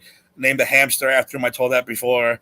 I've worshipped the dude since he first came on the scene. He turned me heel, and I've been a heel ever since. So, Mr. Randy Savage, I love you, baby. So this is Macho King? Yeah, I'll tell you. I turned when he turned. NWO, that turned you heel. He started wearing strings. I started wearing strings. He stared wearing cowboy. Nice. I didn't wear cowboy hats, but I didn't know where to get those cowboy hats. But I would have wore a cowboy hat. Were you eating Slim Jims because of Randy Savage? Of course. Why not? No, I was eating Slim Jims because I was fat. But Randy Savage just helped me though. He gave me an excuse. As long as you weren't, attempting to get bitten by a snake, I think we're okay. That damn snake. Why you got the antidote, brother? I don't know. That was crazy. I had not watched that up until a couple weeks ago when Jake the Snake just slapping the crap out of wow. Yep, he was not happy. And I was telling my wife this because I showed it to her, and I showed my son too. He's like, "Oh my god!" But I remember watching that. I think it was a Saturday morning, one of the Saturday morning shows or whatever back then. But I just remember thinking like, how'd they make that snake look so realistic? Real, baby. What? What's real? Nothing think about that. I was like, there's no way. There's no way. And it wouldn't let go. It would not let go. He was pissed at it. Yeah, because that's the thing. Yeah, Jake the Snake pissed the snake off, so he would bite into Savage. Because Randy pissed him off, so he pissed the snake off. Oh yeah, it was bad news. It was that whole wedding reception thing. I told my wife, yeah, I was at their wedding. She was like, oh, how'd that happen? I was like, it was SummerSlam. I was like, it was SummerSlam. There's 20,000 people there, but I was there technically. One of 20,000. Yeah. Match made in heaven, match made in hell. Oh, I would have loved to have been at that. I would have loved to have been at that. And that was I think that's when I really became a big Bret Hart fan. It was that Bret Hart Mr. Perfect match. Come on. But that they spoke about in that what's the name of the show that you told me to watch to do homework for tonight? Bump or was it time? So the bump, the bump, you scrolling through the thing and you see the bump there, and then it's like I thought the whole hour and whatever minutes was just Bret Hart. I was like, oh, so you watched like 2 hours of it? Like, what is no. At one point, I'm like, all right, let me fast forward. What's going on here? I did get caught up on some of the Orton with the pun on Flair. I didn't know that happened. Orton's up to his old tricks. Yeah, well, you got to come on, Steve. I want to hear your opinion about this Retribution group too. We were talking about it last week. I'm not happy about it one little bit because it's very Antifa like. I feel like that's a subject that they should not be breaching, even though Vince will breach whatever subject he feels like. But I don't know. Something He used to have a Middle Eastern. He had a Middle Eastern guy in the middle of the ring. I know. He had a Middle Eastern guy. He had a handicap wrestler. I understand he had all that stuff. He had a one-legged wrestler, for Christ's sake. But still, this is something that I cannot get on board with. I am very not. I don't know enough about it. I have to study up on that. Boss, go ahead. Give us your first what? Wrestling Mount Rushmore. Give us your first person. What? What? It's Stone Cold, baby. It is Stone Cold Steve Austin. He did that to me too on the show. That's why I did. Me too. My own show. Without a doubt, for me, it's Austin. He drove that whole Attitude Era. He did all the things that we always wanted to do and beat up the boss and and he was that guy with the attitude that as the worse that he did, the more the fans cheered. So much that they had to turn him face. He was going heel, and they did the double switch that worked perfectly. Those two guys pulled off that ridiculous match. Ken Shamrock as the referee, but they pulled off a double switch, which is really tough to do. And then he just, even after the injury, he couldn't wrestle anymore. He was sometimes still the most entertaining part of Monday Night Raw. We got all threw me off with the change of the background there. But for me, it's not easily, but it's Stone Cold Steve Austin. Can't have any complaints there with the Texas Rattlesnake. So for me, since we're all going with our greatest for the number one, I'm gonna go with the GOAT, the showstopper, the main event, the real Mr. WrestleMania. He could have been Mr. Royal Rumble. He could have been Mr. SummerSlam, Mr. Survivor Series, Mr. Bret Hart is Mr. SummerSlam. Yeah, okay. Mr. Ladder Match. It's none other. Somebody didn't do their homework. None other than the Heartbreak Kid, Shawn Michaels. He is the greatest of all time. Put him in a match with whoever you want. Put him in a match with Roman Reigns, and I guarantee he makes it worth watching. He will sell for that, man. You can even go back to him and Hogan, where he barely got any offense, but what he was doing was just worth watching. I'm trying to read what the boss is saying there, but I can't see it. I lost my smile. Something with a smile? No. I've been keeping track of it, and it is Marty Jannetty's partner. Jannetty's partner. Everyone remembers him for kicking Marty Jannetty through, Brutus. Got to bring him up. You do. I didn't do it, Eric. I didn't do it. We got to bring up Brutus, kicking him through the window. He's the GOAT. No matter what you said, you can compare his first run to his second run. They're both. He can be a Hall of Famer for both. That's how great Shawn Michaels is, and he is number one on my list. No matter what, he's getting the first etch there on the mountain. Get his whole body. Get him doing coming down the rafters at WrestleMania 12, whatever it is. Get Shawn Michaels there. That'd actually be pretty cool. He shouldn't be on the mountain. He should be ziplining next to the mountain. That'd be pretty cool. Crashing in the mountain. Like every 10 minutes, there's a Shawn Michaels zips down, and then you pull him back up, and then he zips down again. That'd be pretty cool. I want to call Vince with that idea. Say, hey, set up a wrestling Hall of Fame. That's what you're going to do. Yeah. Oh, am I next? Am I next already? See, I'm telling you right now, for the first time, one of my guys is going to change for the first time ever. And you know what? I'll give you that one right now. And this is the first time he's making my list because of that wonderful documentary we all got to watch, The Last Ride, and that is The Undertaker is now officially in my top. He moved in. He moved in because you really don't appreciate him. Took 30 years, but he's there.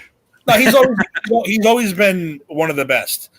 But after watching that and after everything he's done, and like I said, how respected he is, and how feared he is, and how this dude, like you said, and Eric, I'll give you the credit for the world. He was the last kayfabe man alive. He kept that shit going in the airport, in the drugstore. He passed on so many lucrative things to keep that character alive, to keep that character kayfabe, to be the Undertaker for the last 30 years. He sacrificed movie roles, TV roles, commercials, merchandise, all that crap to keep it alive. Not to mention, he's one of the greatest workers you'll ever see in your lifetime, and that's from Mean Mark up until, well, I don't want to get into the most recent times. He's a little shaky, but he's still very good. Still can tell a story. So Undertaker's on my list. Imagine the Undertaker having to keep his character while driving with Paul Bearer. Yeah, imagine that. Imagine them getting out of the car to get gas. Undertaker and Paul Bearer. Yeah, the car. Oh, yeah. Fill her up, please. Do you think, Tim, since you mentioned Taker, that his run as, the dead man is as great as his run as the American Badass, which I feel like up until recently, they kind of like brushed to the back. Like, yeah, there was no American Badass. No one talks about that Undertaker. No one talks about the rolling Undertaker. No, I don't separate them. I think that's another part of the thing. The dude reinvents himself even though the Taker character, the dead man, is the same, he finds little differences, whether it be the crazy hair with the look like a Klingon with the big robe and then they get the fire guys, and then he's wearing purple one day, then he's not. I think American Badass Undertaker is just another character, and I don't know, he didn't admit it, but the rumor was that they made the American Badass just in case they went out of business and he had to go to WCW because he wouldn't be able to be the Undertaker there. Ooh. That's a rumor.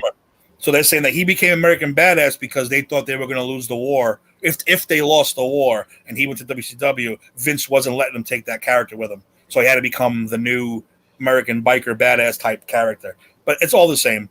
The fact that he reinvented himself all the time is the reason why he moved up to my list. And he made everything work. Like, you can't say like there was one thing the Undertaker did that you were like, yeah, that sucked or that didn't work for me. Like I said, he went from dead man to biker back to dead man to like combining everything from Mean Mark to the Undertaker. Skyscrapers, all that stuff. All this stuff is good. You go back and watch his early stuff too. It's fantastic. It really is.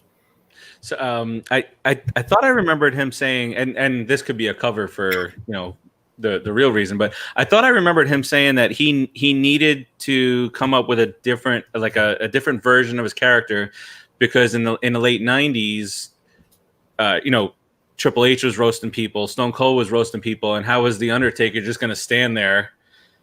And, no, it's true. I think that's true. I said that was just a little. Where did I hear that from?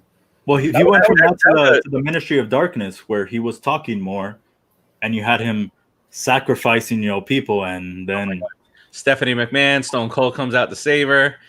I loved all those angles, man. Like you said, Tim, he's a tremendous worker, and just he was entertaining no matter what was going on. He was pulling. Stone Cold wound up on the cross at the end of Raw. Yep. And then it was the Vince McMahon. It was me all along, Austin. It was me, Austin. The greatest reveal ever. No, but that was that's a rumor I heard. I don't know how 100% is true. But when he said it on the last ride, when he didn't say that was the reason on the last ride, I was like, okay, maybe it wasn't true. But like I said, I did hear in the beginning that they were saying just in case Vince is saying, listen, you're not taking that character no matter what.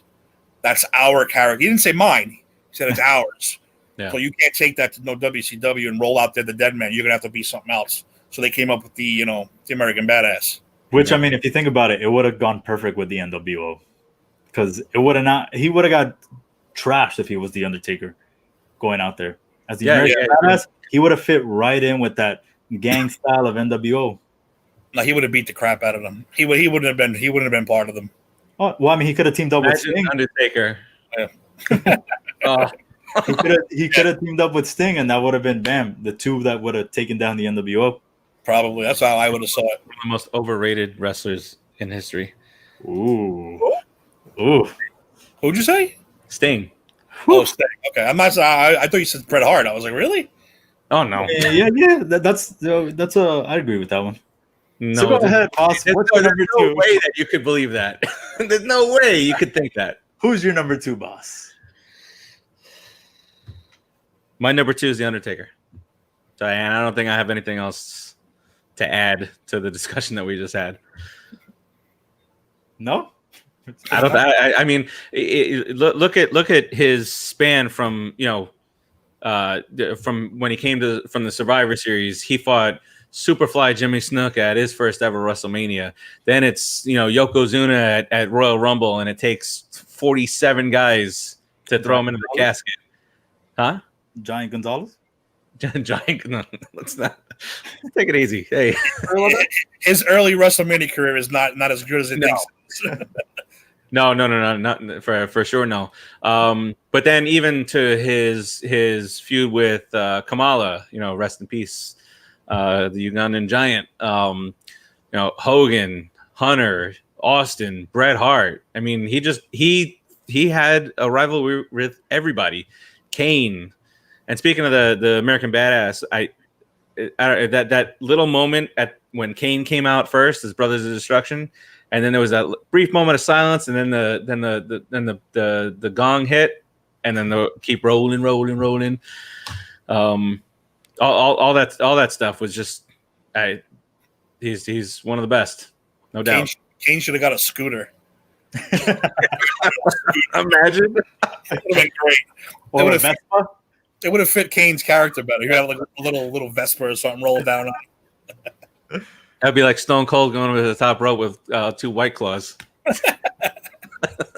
Hey, it can still happen. No, all right.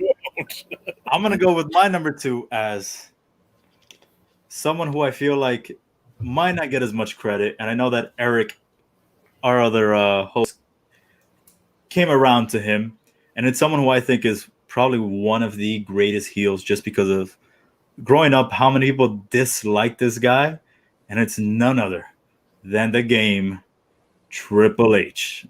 What he's done in front and behind the scenes now that with the Undertaker documentary and everything else with NXT, what he's done on both sides, no question, he's on my Mount Rushmore. He's done so much, and he understands the wrestling generation now. He understood it back then, what he had to do, and he's evolved with it. It's not like Vince that, knew what to, get people to watch back then with the Attitude Era, but now doesn't know what the hell to do. He's just doing whatever he thinks is good. I think Triple H he knows what people want. He knows what people wants to see. And I think Triple H is my next person on my Mount Rushmore. Well, he got taught a very valuable lesson.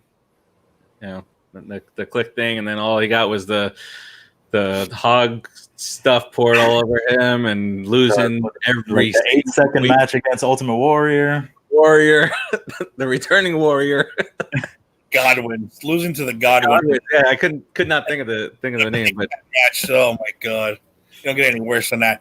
But I'll just say real quick, Triple H is my next guy also. If we were going 5-6, I'd probably have almost all the click on there. But I will go Triple H next also. So like you said, yeah, he's another one of those guys. I think I told the story before. I got a friend, his name is Bear. I don't know if he's watching. He tells a famous story how when he first came in with the blonde and when he was Hunter Hearst Helms with the blonde hair and he was a bad guy, he drunkenly said, "This is going to be one of the greatest wrestlers of all time." And everybody laughed at him. Wow. Five years later, I told you all. He's going to be, and he really did became. He came out from behind, Shawn Michaels' shadow. He became the leader of DX, probably a better DX than with him and Michaels. And then, went on to become the Game, one of the greatest champions ever, and now should be running everything, in my opinion. So, yeah, he's on my list, too. Yeah, my opening today to introduce you guys was from the Game himself. You got to look towards the click. Like, everything he said, he knew how. He knew when to, just be like, damn, I hate this guy, but couldn't deny that he was good. He's had, you think about it, DX, Evolution, those 2 factions on their own, Hall of Fame factions. Like, come on. It's just so good. Yeah, easily. But I think he was the most excited person in the building that day when he announced X-Pac. Because I remember Jim Ross saying, "Oh, well, look who's back." That was it. There was no excitement or nothing. I think people wanted either Shawn Michaels or not Shawn Michaels or Kevin Nash or Scott Hall. Well, the click, The Click, who? The Click? And they're like, oh, it's that guy. X-Pac got a good promo against Hogan. Oh, no, he did. I agree with X-Pac. Yeah. He hooked me in with the promo. I'm not going to lie. He really hooked me in with that promo. Yeah. And what was the other thing with Triple H that I was going to say? It'll come back to me. He's the gamer. He's the guy. I met him. I have an autograph somewhere of the book that he wrote, the bodybuilding book. Me too. That, as you can tell, I've been using for all these years. I never got to meet him. I saw him at WWF New York. We went to a concert there, and when Johnny Poole did his song, he came out. And all he came out in the tightest pair of jeans, boots, and no shirt, and he was all watered up. And he came walking out. And WWF New York was small. It was.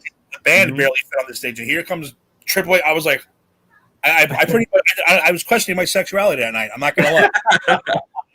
Because the dude came out. All he did was spit water. He flexed like 5 or 6 times, headbanged, walked off, done. I was like, that was the greatest 5 minutes of my life right there. It was awesome. He also had some great music. His stuff by Motorhead, like any one of them, you can be like, even from before, because he had one with the guys from his entrance, the DX one. Yeah, the DX music. He did one after that was My Time. Yeah. All his music has been just great. My Time. That song was like my theme, like my life theme back then, because I was a teenager, and I was like, it's my time now, and they're trying to tell me what to do, trying to tell me what to say. I was like, screw that. I used to blast it in my car. I was like 19 or so, whatever. I used to blast it in the car and be like pumped up, Yeah, when they first started releasing those songs on CD, I thought this is probably the greatest day of my life. Mm-hmm. I used to have them all. You didn't have to like sneak a download from somewhere, or not a download, but like this is when they started releasing all the music. I was like, oh my god, I can do entrances now. I can do entrances in my house. Like, this is fantastic. Oh man! All right, boss. What's your number 2? I've given 3. No, 2. No, 3. Yeah, 3. I'm on 4. No, I'm on 3. I'm sorry. You're right. I'm again following with you guys, and there's not much need to discuss any further. And Triple H, everything that you guys said, it's just like he when he first came to WWE, he was like, oh, this guy's another one of these boring douchebags that he's gonna walk around and hi, and then just it clicked. And it all came together, and he learned his lesson, and then he went on to become one of the greatest entertainers, stars in the history of the and it really sucked that he got hurt when him and Austin were teaming up, because I did enjoy that, and I always thought of it as Hogan and Macho Man of this era, the two biggest guys in the business teaming up and wailing on the Hardy Boys and wailing on Lita and Kane and Undertaker, and then man, that fruit roll up, we as me and a couple friends call it, just rolled off the bone bad. So how about we talk about how? I know I feel like we've been gassing up Triple H, that the man tore his quad and still went out, continued, didn't give up, did a pedigree through the table, and didn't give up. Of Jericho. Like, come on, like, even like when that happens, even the slightest movement is gonna hurt, and he had him in there. The wires are all tangled around. It's one of the things that I've shown my wife, that I'm like, look at this badass over here. And when Kevin Nash blew his quad out, he just fell down and went, ah! It was over. Which time? Jericho said, "Are you sure?" When Hunter tells a story, Triple H tells a story, and he's like, "Are you sure you want to do this?" "Yes, do it." Then he gets back in the ring, and then he kind of tumbles. So much respect for that man. So let's not forget. Wait, one more thing. He kept the Clique alive, and I don't mean like alive. I mean he physically kept those idiots from dying, because he didn't drink. He didn't drink. He didn't do drugs. He didn't do the pills. He literally kept those idiots alive, probably from killing themselves for as long as they did. So you got to give him credit for that too. Yeah. If you think about it, he's the only one that didn't go through any troubles. Nash did, Hall did, X-Pac did, and so did Sean. And he married he married the boss's daughter, which is probably his greatest move ever. That's the greatest finisher of all time. Is giving Stephanie little kids. So wait, did you guys ever do the Triple H water take there? Constantly. You gotta understand when that got real popular, the Attitude Era, I was into it. I wasn't not a lot of like people close to me were, but I had a lot of little cousins, little people around. So I used to beat the shit out of them. Yep. And my little cousins used to come over. Me and my wife used to watch them. I remember we were first moved in our apartment. We didn't have any real furniture yet, but we did have a mattress, a futon mattress, and we had a ladder. Oh, so I tell the story all the time. My little cousins will comment all the time. I put the belt on top of the ladder because I never let kids win. I said, "You want to win? You got to beat me, sucker." Yeah. I'm not handing you no victory. Put them on top of the ladder. You get that belt, you're the champion. So I had two little kids running up the ladder. I would just rip them off. That's awesome. Onto the futon. I used to have a little thing of water on the side. Put it in my mouth. Spit it in their face. Baby powder in the face. I was not good. I got baby powder in the face. Damn. It's not cool. I abuse these children, but it's for their own good. You can ask them; they're all happy with it now. They only have fond memories of it. I'm already started with my son is going to be 6 months old in a couple of weeks, and if I'm laying down next to him, he's just there. I hook his leg, and I'm like 1, 2, 3, and then the other day, my other son, about to turn 9, he heard me counting, and he runs for like a run-in, runs from his room, and as I'm going down for the 3, he stops me. I missed that. My kid's too little tall and lanky for that now. I can't even do anything with him anymore. Oh man, yeah, great times. So my next pick, going off Triple H and that infamous tearing of his quad, I'm gonna go with Y2J Chris Jericho. When we talk about reinventions, Chris Jericho has been able to do it throughout the entire last 2 decades. From his start in WCW to WWE, how many times he did it, and now in AEW, what he's been able to do, he's not even champion. And people still call him Le Champion just because of how great he is. He's been able to elevate guys now, which is things that other people in WWE have not been able to do. John Cena has not been able to do that. Randy Orton, we're still waiting for him to do that, which he should. There's no reason he should be beating Drew McIntyre on Sunday. Let's see what happens. But Jericho has been able to do that. And I feel like he's always been so entertaining on the mic. And whatever he does, the list, the scarf, what is it? $1,000 jacket. What? A little bit of the bubbly. A little bit of the bubbly. Whatever it is, Jericho has just made money. And what is it with Sammy Guevara, Les Sex Gods? Like whatever he does is just, man, he just knows exactly what to say and what to do to get people captivated. So I'm gonna give Jericho this 3rd spot on my list. 3rd? You only go up to 3? I'm up to the last one. You're on the last one? Yep. We're on the last one. Yeah, they all change all the time, but I'm gonna have to go with my personal favorites. Again, the list might change every now and then. If we were doing 10, the list would change. But I'm gonna squeeze in my man, big sexy Kevin Nash. I bet I was a fan of him too from day one. First day he came out with Shawn Michaels, I was like, dude, what's his name? Big Daddy Cool. I'm writing that down. I used to write that down on all my school projects, and I used to get Tim, please stop writing Big Daddy Cool on your like, stop writing the Heartbreak Kid on your stuff. Like, I don't know who you are. It's like, So, Nash is just one of those cool big men, man. He personified it. He played the role. He fit right in with Shawn. And like I said, I think he's underrated as a wrestler, to be perfectly honest, for a big man especially. I've been a fan of him his whole life, and like I said, I am a huge mark for the Click. I'm a huge sucker for the Click. I ain't gonna lie, but that's my dude right there. And he beat one of the top 2, because you know how I feel about Rey Mysterio, most ridiculous world champions of the last 25 years. Bob Backlund. Oh my God, I thought that was. He beat him in 10 seconds. So he beat him in 10 seconds, and then that was the whole Owen Hart, Bret Hart thing, making his mom throw in the towel, being no, help him, help Bret. And don't forget, he's also Kevin Nash. It was Super Shredder. He's been in John Wick. Mm-hmm. He's been the Russian and the Punisher. He's been. Not a lot of people know about the Super Shredder, the Shredder thing. We talked about it. We said Kevin Nash is probably the greatest wrestler that has cameoed in so many different movies. Cameoed. Yep. Yeah. he ain't beating The Rock, but let's say cameo definitely. No. But yeah, he was great in The Longest Yard. He was great in these little roles. He's really good. I said even in John Wick, guy has 3 lines. I was like, wow, I didn't even know that was him right away. He did a pretty good Russian accent. Pretty good for you, Kevin. Yeah. And don't forget, he was naked in what's that? Magic Mike. Magic Mike. Yep. So good for him. Very I don't know how he did that quad though.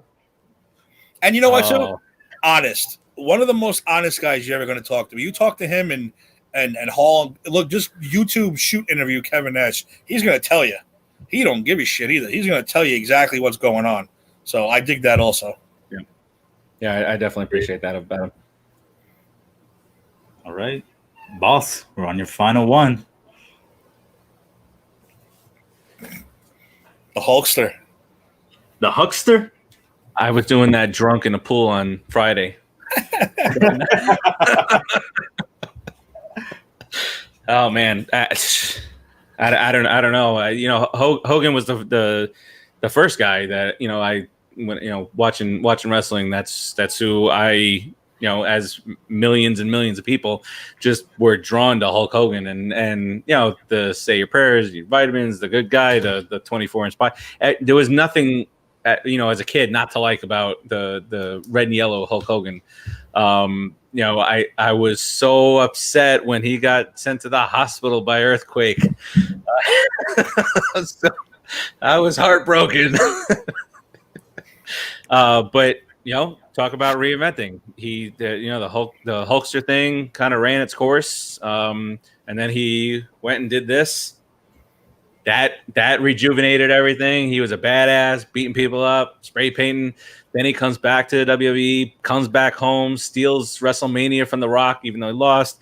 And then one more run as the red and yellow, beating Triple H for the title.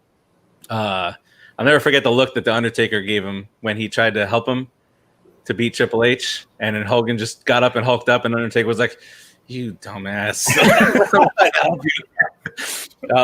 Meanwhile, he was only, storyline, of course, but he was only trying to help him because he felt that he could beat Hogan and not Hunter, I feel. But yeah, even the down the road when he was done, and the pop of the crowd at Mania when he came out to save Eugene that year when he got inducted in the Hall of Fame. There's nothing. You guys talked about how he buried guys and whatnot, but I mean, when you're that big. Well, I mean, when you're that big and you're known all over the world for a fake sport, that's pretty damn cool. Well, you know what? I wanted to retract a little bit. I was going to bring that up on the next show too.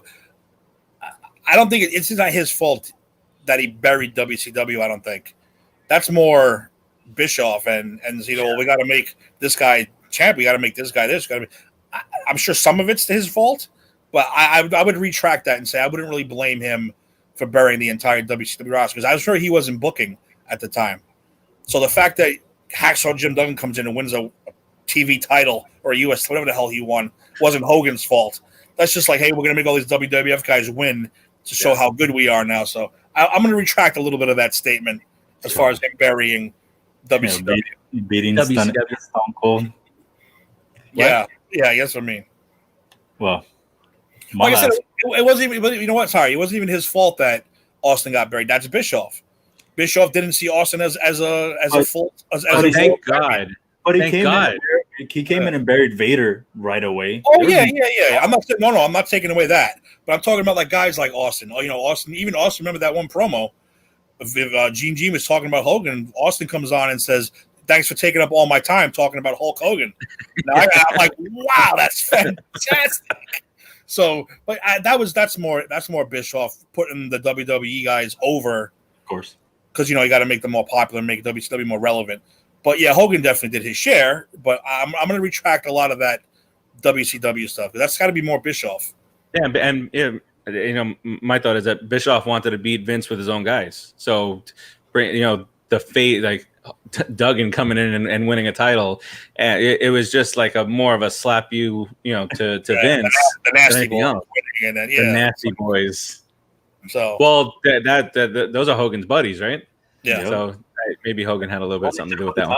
Was Brutus, but whatever. Brutus deserved a world title shot. I'm writing down all of the Brutus stuff. Just let you know. Tell Eric how many times Brutus came up. By the way, Eric, here's another show you're invited to. Yeah, he was invited today. No excuses there. I'm going to go with my last one, and here's going to be another one of Eric's favorites.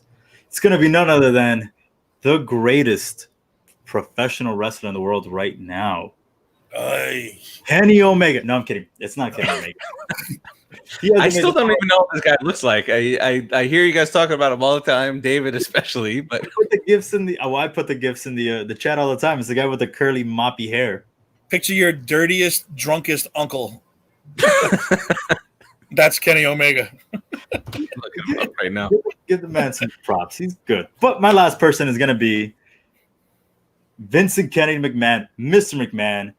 Wow. In front of the camera, not behind the scenes, because in front of the camera, without Vince, without Screwed Brett, there would be no Stone Cold. He would have no one really to rival like that. And everyone wanted to see Austin beat up Vince because everybody wanted to, flip off their boss, be like, yeah, screw you, boss. And that's what Austin did to Vince. And without Vince, there's none of that. And then if we want to go backstage, Vince bought up all the territories. He made this creation, which we hate today, but we loved back then. To me, it's got to be Vince has to be up there. 2/3 of it's pretty bad. 2/3, exactly. So I got to say, Mr. McMahon is up there. It was me, Austin. Or, I feel like to me, when someone says you're fired, I think of more Vince than I do Donald Trump. Same. I think of you're fired. Bishop in the back of the garbage truck. Exactly. Or tearing both of his ACLs running in the road. Exactly. To be pissed off about an ending. There's so many things. And then the Kiss My Ass Club. Oh, and then I feel like with them, it was the whole when someone got fired, it was like the na na na na na na na na hey hey hey goodbye. Like, man, to me, Vince has to be up there. That's a good choice. Gentlemen, it is a good choice. We have wrapped up all 4 quarters, but so David went with Vinnie Mac, Y2J, Triple H, and Jannetty's partner. Jannetty, not a bad. Look, I say a lot of. I'm surprised you didn't put Brett there. I'm starting to think that maybe Sean had something to do with the murder. Oh, here we go. That's why he became a born again. No. Look, in all seriousness, I've clearly I was a Bret Hart fan, and Shawn Michaels is phenomenal, and I would think that you're man enough to say the same about Bret Hart. But Shawn was great. Who else? What other 2 guys could have put on a 60-minute match? Bret Hart and Shawn Michaels. Like, really? Like that can't be done. I don't know enough of the guys now, but there's no way to hold the attention span of a crowd like that. And then Bret Hart got screwed there too. So, I don't know. He just had to leave Sean's ring quick. That's it. Yeah. Get out of Sean's ring. We all get out of his ring quick. That's it. And to his credit, Bret Hart even talks very highly about Sean's in-work abilities. The what is the name of the cut? What is it called? The bump. Sorry. I remember. Like through that, and we'll talk about it more the next Just Too Sweet show. But he talked about that Shawn Michaels was great in the ring. So there's no denying it. I like to have fun with that. Yeah, man. My problem with Brett is like you said, I'll never be on his side with the Montreal Screwjob. We did a whole show based on that too. I'm never gonna be on his side about that. But yeah, now my problem with him is Grumpy Brett. Grumpy Brett buries the world now. But lately, Grumpy Brett's been actually kind of cheerful. So I don't know what happened. He talked very highly on the bump about a lot of guys.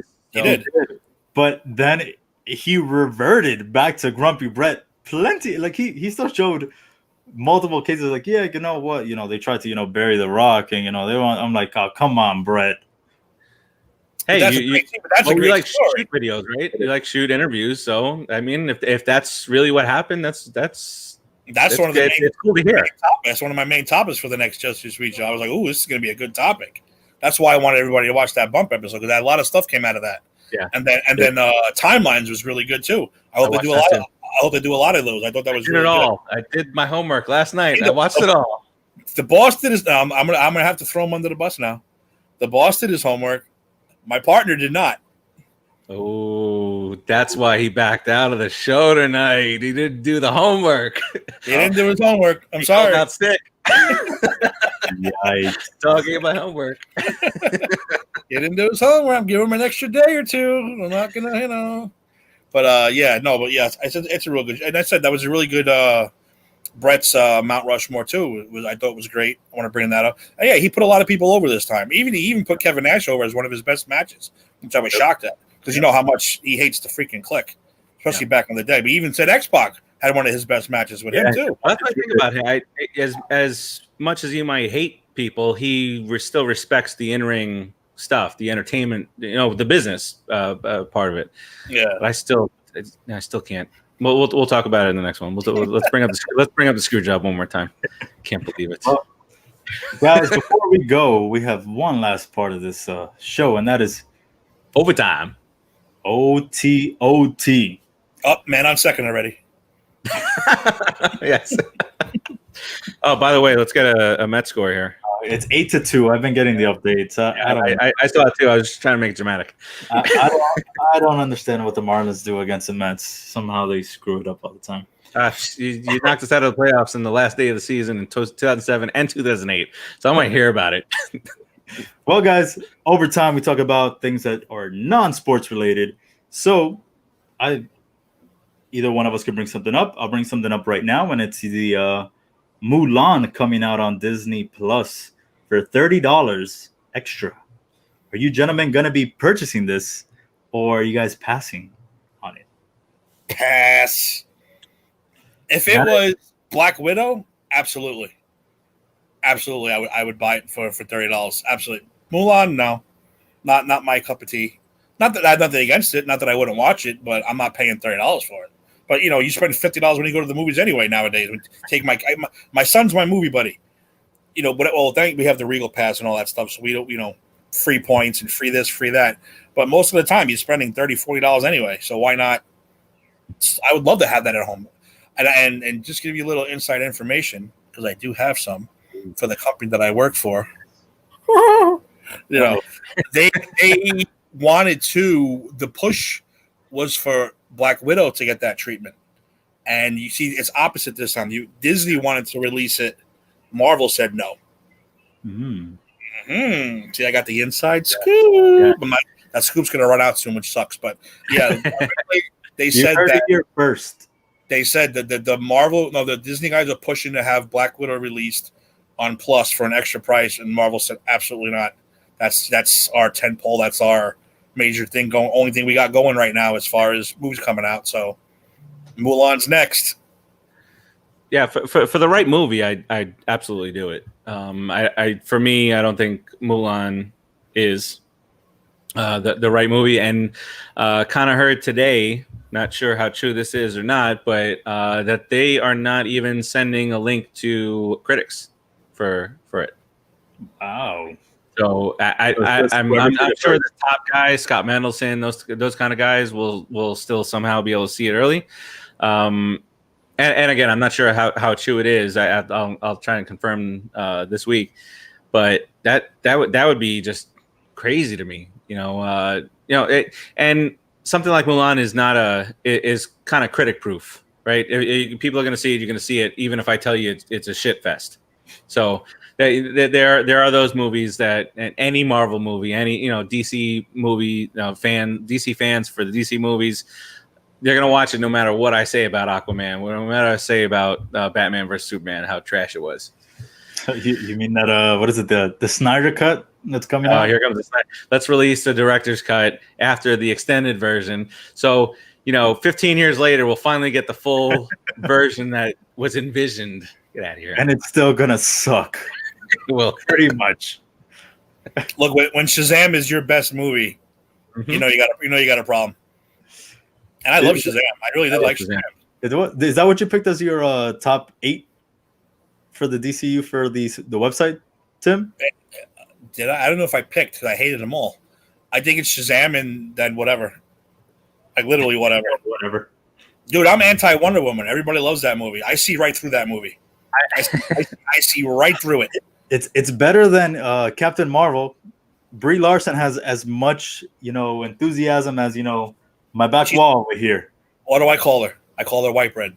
Brie Larson is white bread. Plain, out of the bag, throw it on a counter and don't touch it, white bread. That's all she is. I hate Captain Marvel too. I don't like that either. That's at the bottom of my list.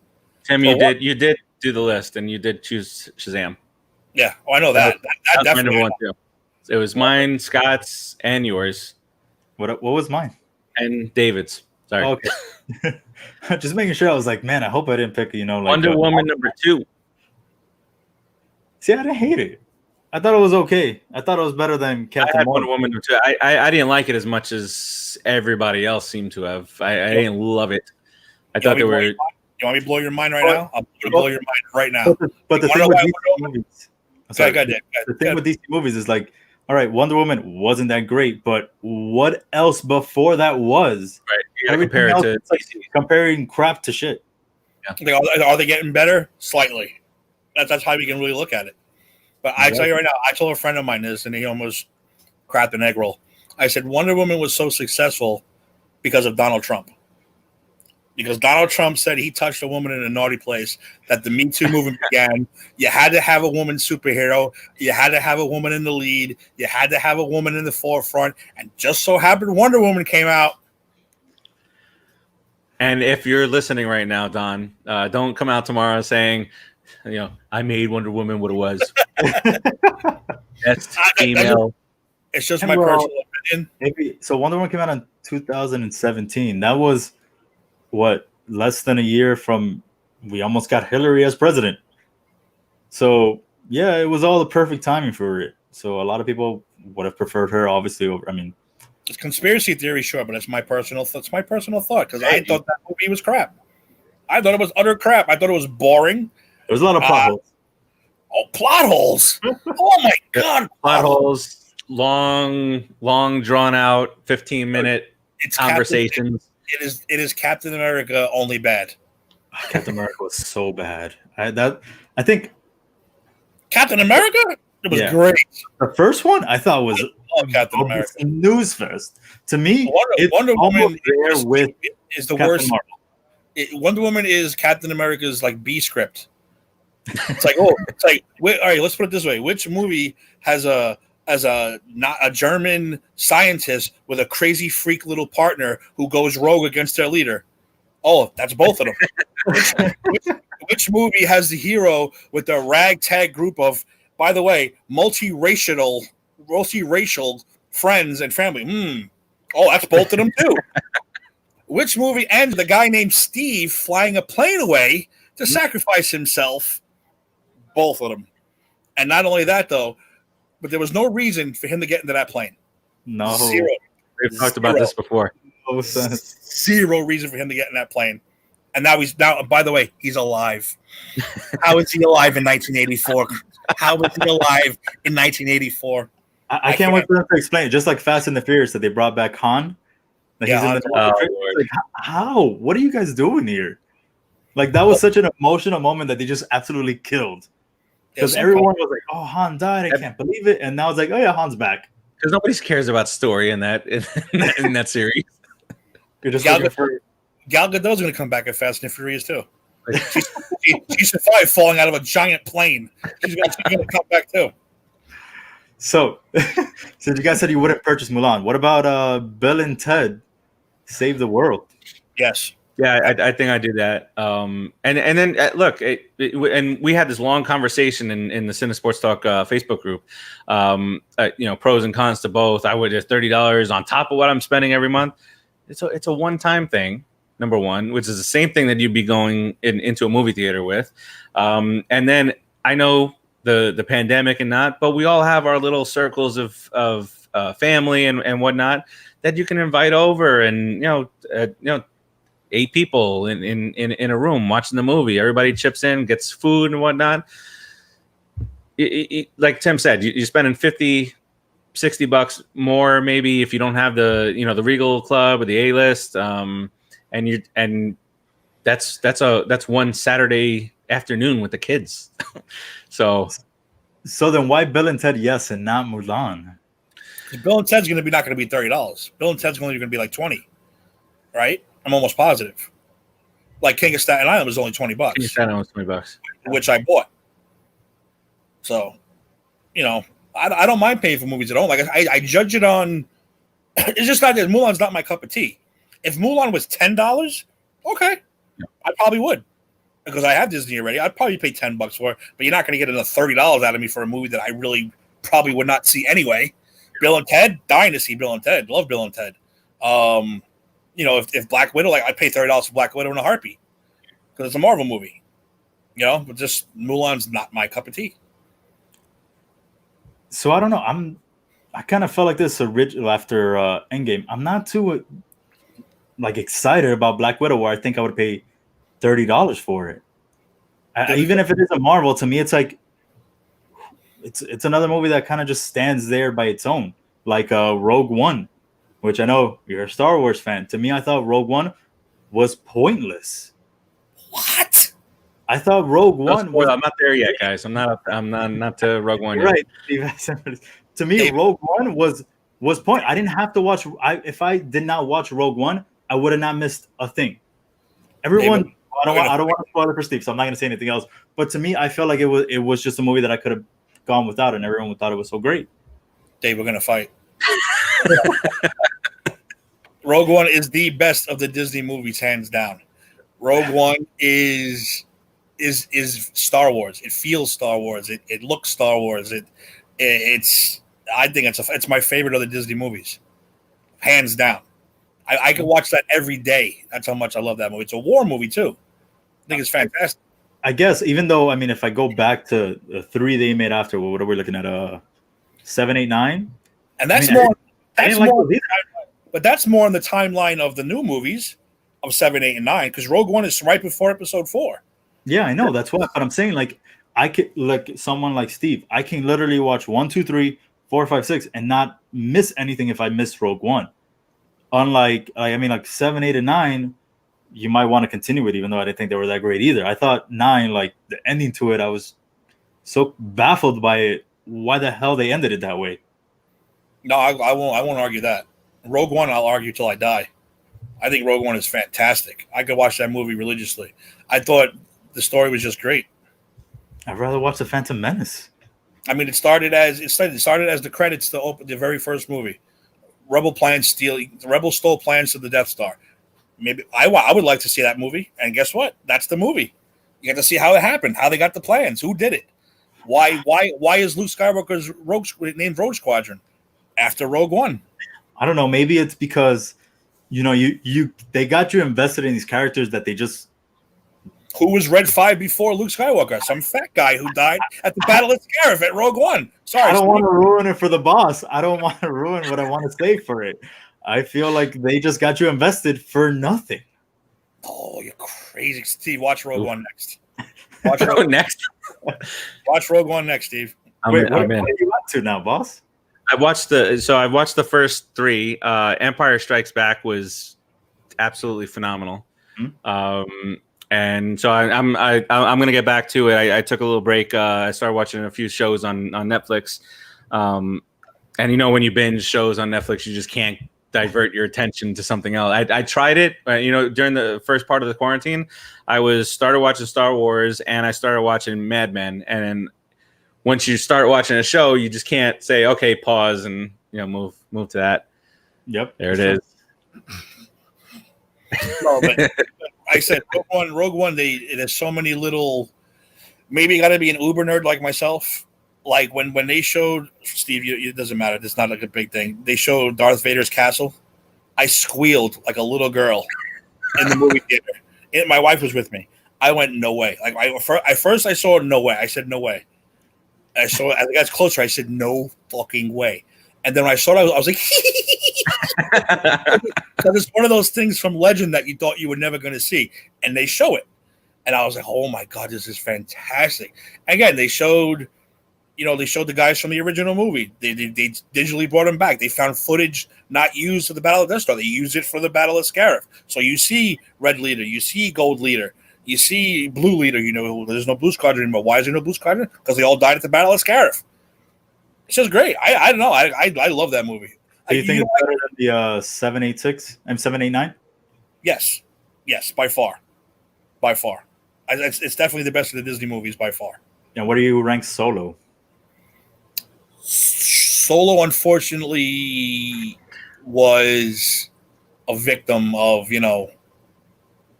getting directors fired and all that stuff. I enjoy it, but not like it's a little slow for me.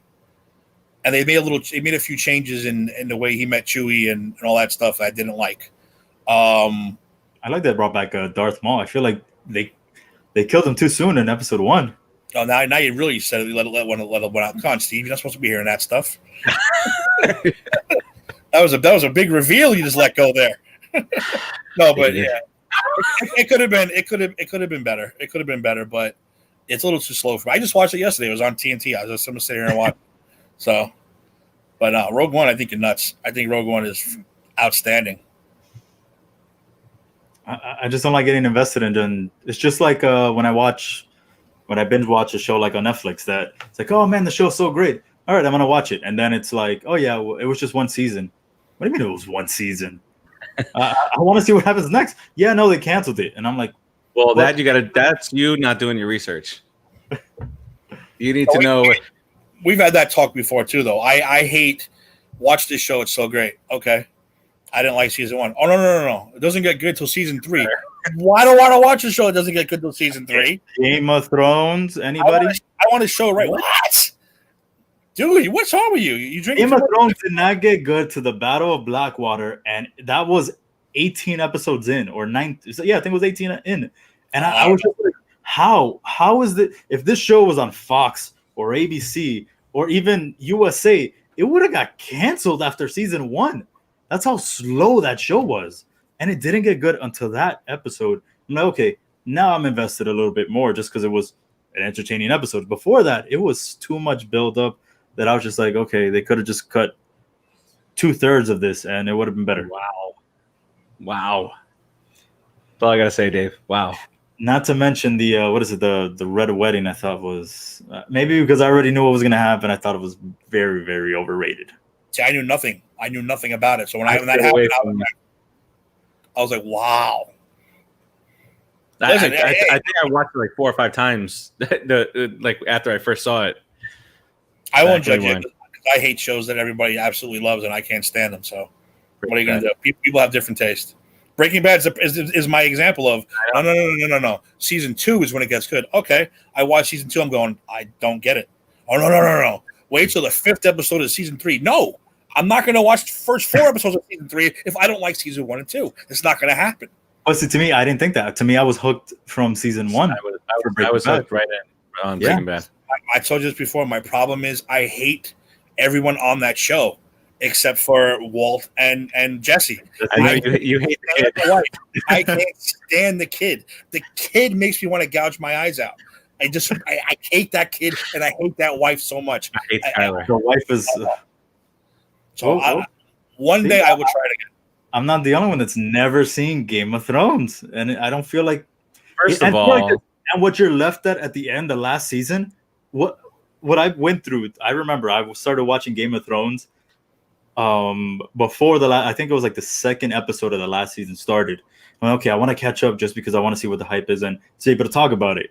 And then when I got to the end of the whole entire series, I was just like, man, I really wasted my time with all this. I can't imagine people who actually were invested from the start. They must be even more upset than I was. Because that final season was horrible. I liked it. I was all good with it. You liked the Night King being brought up to this magnificent thing to be killed in 2 seconds by like the worst move ever? She wasn't killed in 2. The dude wreaked havoc for 7 seasons. Yes. He wreaked havoc for years and years and years. Dude, they didn't cross the wall up until the last what is it, the second to half season? So what? He's building his army of the dead. Nope. I don't know. I like, which, by the way, is one of the best scores. Night King. The Night King was pointless. Thank you, Stephanie. Can't argue with the guy that didn't like Breaking Bad. Thank you. Wait, okay, so Stephanie doesn't like good TV, is what this is happening right now. She's not a TV person, but we appreciate you watching. Sons of Anarchy. Sons of Anarchy, Stephanie. Sons of Anarchy, Stephanie. Love it. Tell me. Dave, you watch Sons of Anarchy? I love Sons of Anarchy. Just making sure. I'm kind of happy now that I've waited to watch Sons of Anarchy, and I've waited to watch Mad Men and all the some of these shows because it gave me stuff to do during the quarantine. Loved Sons of Anarchy, was fantastic. I've heard nothing but great. Nobody has said a negative thing about Sons of Anarchy for forever, and I finally got to it. All right, so don't do that. Sons of Anarchy. And hey, that's what I was going to say before. It was SummerSlam, and it was like a 5-on-5 match, and the rumors were that it was Triple H that was going to be coming back. So me and a couple of friends bought the pay-per-view, and here comes Daniel Bryan. I'm like, what the hell is this? Who the hell is this? The Nexus. Oh God, John Cena. I was there. I think you were too, right? When Nexus came out and when they destroyed that, it was Punk and Cena were the main event. Yeah, and Udonis Haslam was sitting right in front of me, and one of the guys bumped in him, and Haslam turns to me and says, "This mother just stepped on my shoe." I was like, "Hey, you go in there, take care of it." You know what? A good ending. Haslam would have. He would have. Haslam's got that old school mentality where, you know what? I'll go in and fight somebody. I don't care who it is. He sure did. Dave, if you said you hated Sons of Anarchy, we probably wouldn't be friends anymore. Oh, no. I love Sons of Anarchy. To me, is it got me wanting a motorcycle. Like I want to have a leather strap and just be like, "Yep, I don't care what it says. Just let me go." And then reality came to me. It's like, no, I'm not going to die on a motorcycle. Yeah. I don't feel like dying on a motorcycle. Especially here in Miami, where people don't know how to drive. Yeah. I will give Breaking Bad another chance, though. One day. Oh, yes, please do. One day I will. Dave, put it in the books, baby. Oh God. One more thing. What about The Walking Dead? I like Walking Dead. I haven't seen the last season. I haven't. And I feel like it kind of lost me with a little bit of the previous season after Rick went away. Yeah. It kind of lost me there, but then I was watching the last 2 episodes of it, and it reeled me back in. I just haven't seen the last whatever the last season was, but I watched the last season because they say that Negan gets very heavily involved again. So I'm a huge Negan fan. I thought he was a great character. Love Negan. So great. Yeah, they picked the perfect guy for it. He's great. Definitely. The whistle. Definitely. Such a badass. I like Walking Dead. I like all of it. I don't care if people bitch and moan, this and that. Whatever. You like it, you like it. You don't, you don't. I'll try Breaking Bad one more time if I can get past that bitch and that kid. I don't know if I can do it or not. They drive me nuts. Every time I've rewatched it 3 or 4 times, and I hate Skylar more and more every single time. And when you find out the reason that you're hating her through the later part of the show, now when you rewatch it, you hate it from the very beginning. Like, even though she was like, oh, she's nice at the beginning, I hate it. I hate her from the start. The funny part is, so I know mostly of everything that happens. I've seen on YouTube all the major killings, the death scenes, the ending, and I'm just like, ending. The ending, it might be the most perfect ending in any series. And the ending is like when you watch it all together and you connect it from the start to the finish, the ending is just great. And the song that they play at the end, Blue. I gotta look that up. But the words match the show. It's like it was written for the show, but it wasn't. That should be a shooting his shit. Endings. Yes. TV show endings. Because that's a big thing that people go crazy on. Sopranos. You can never. Sons. Game of Thrones. Sons. I thought Sons ending was super fitting. I did too. Very fitting. So they couldn't end any other way. How I Met Your Mother. There's a lot of those. Seinfeld. A lot of polarizing ones. I thought Seinfeld was fitting. I did too. Because I liked it, and it was just like, I mean, they ran in a show about nothing. They ran out of things to talk about. Sopranos. I thought at first I hated it. Hated it at first, but then when you realize that all the foreshadowing going on from the whole season, you're like, wow, this is actually pretty damn good. So yeah, I have no problem with that one either. El Camino, Stephanie says it was good. I thought it was fine. I was super excited about it because Breaking Bad had been gone for a while. But I thought it was okay. I didn't see the need after I watched it. I didn't see the need for it to happen, but I was still happy that it did because it was like you get sentimental about your shows and what the hell happened afterwards. So, are you watching Better Call Saul or? Yep, I'm watching Better Call Saul. I think I am one season behind because we watch it on Netflix when that comes out. All right, guys. Well, like the boss said, we'll put it in the books here. Mm-hmm. No pun intended. When are you doing your show? Put in the books. We'll be on tomorrow because with this schedule and they just play every single day. So we're gonna go on tomorrow at 6. So we're gonna be the pregame show for the Mets tomorrow. We'll go from 6 to around 7:05. I want to call in. I want to call in and talk about Lenny Dykstra's latest tweet. Oh my God! Marlins are gonna get that dub tomorrow. Calling it now. Calling it. The Marlins are gonna win tomorrow. They're winning tomorrow. Okay. Good luck. Just back-to-back Cy Young Award winner Jacob deGrom on the mound. Oh yeah, because they didn't have him on the ropes last time. They had him there. Who won again? Thank you. Well, all right. What about you, Tim? What do we got cooking this week? I don't know what we're going to Just Too Sweet yet. That's up to my partner. I know he's a very busy boy and he has to do his homework. Yes. Empire 161. We're going to go on late Thursday, probably about 9ish. Eddie's a huge softball guy, and he has a softball game in Central Park at like 6. So we're going to do that show afterwards, and that's it as far as I know. About Just Too Sweet, we don't know yet. That's up to Eric. But we're gonna have some good topics though. Well, I mean, there's been a lot going on at the Yankees forte there, and then Jader and Kyle, are they going in on? They've been going on Thursday lately, right? Yeah. Jader and Kyle. Well, last week they had a guest on. Is it RB3? He's from the Schmodown stuff, and their schedules just weren't working out, and so he needed some time, so they went on at 11:00 last Thursday. When it was Thursday, it was. Thursday, yeah. And it was like after midnight here, and but it was a good show. He did a good job on there. Yep. Yeah, so they've been Jader and Kyle been going on Thursday normally, and waiting for them to get Jericho. Imagine that, with Jader in the position that he is, I told him Kevin Smith's on that show. You ain't stopping me. I will click that join studio button a million times until I get through. So they better be ready for that one. Talk about stalking. I've stalked him plenty of times. So he's a good dude too. He's a good dude in person.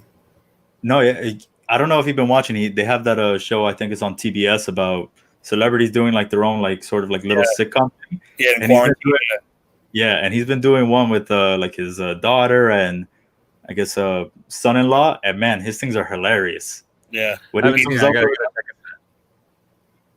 it. just They shot fantastic. Cop Out. I saw they shot Cop Out right down the block from here. So when he was shooting, I was standing right there doing the whole shoot. Him and Bruce and Tracy Morgan, and as soon as they yelled, "That's a wrap," I freaking ran over to him. I was like, "I got a picture." He's like, "Yeah, picture." Tall Bruce Willis was gone already. He's a bitch. And Tracy Morgan only take picture of women. I'm sure he wasn't happy with that movie that he made. Maybe that's what it was. It could be. I ain't gonna say nothing. They can't all be winners. Yeah. Nope. But all right, gentlemen, I thank you so much for joining me on the 4-quarter show. Any parting words? Nope. Just, like we've been saying, just be safe out there. Be vigilant. Take after New York. Learn from what happened up there. We never thought in a million years we'd be saying that, but New York did it the right way, as New Yorkers seem to do, and just it's a shit fest down here in South Florida. But it is getting better. Knock on wood. So hopefully we're not dealing with this much longer, and screw your second wave, Rona. Yeah. Everybody be safe. Everyone here, I said I'm shocked that a lot of people are still doing the right thing. Masks, gloves. I'm the only one who still wears gloves, though, which is kind of weird. Anyway, I'm not taking the gloves off anymore. Just Too Sweet coming. Empire 161's coming. I can't wait for We Stomped You Out to come back. Let's just pray to God we have football. All gods. I don't care what God you believe.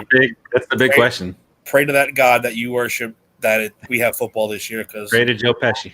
I won't be able to take it. I won't be able to take it. Any one of them. Whoever you worship, I don't care. Jacob DeGrom, Kenny Omega. I don't care who your Jesus is. Just pray to them that we have the NFL this year. And you know what's crazy is that Scott asked me months ago, or I think he asked in the group chat. I think he said, "Does anybody actually know anybody that has the coronavirus? Like, there's all these millions of cases, and like he didn't know anybody who knew somebody who had it. And now all of a sudden, in 5 months later, I know 4 or 5 people now that have had it. I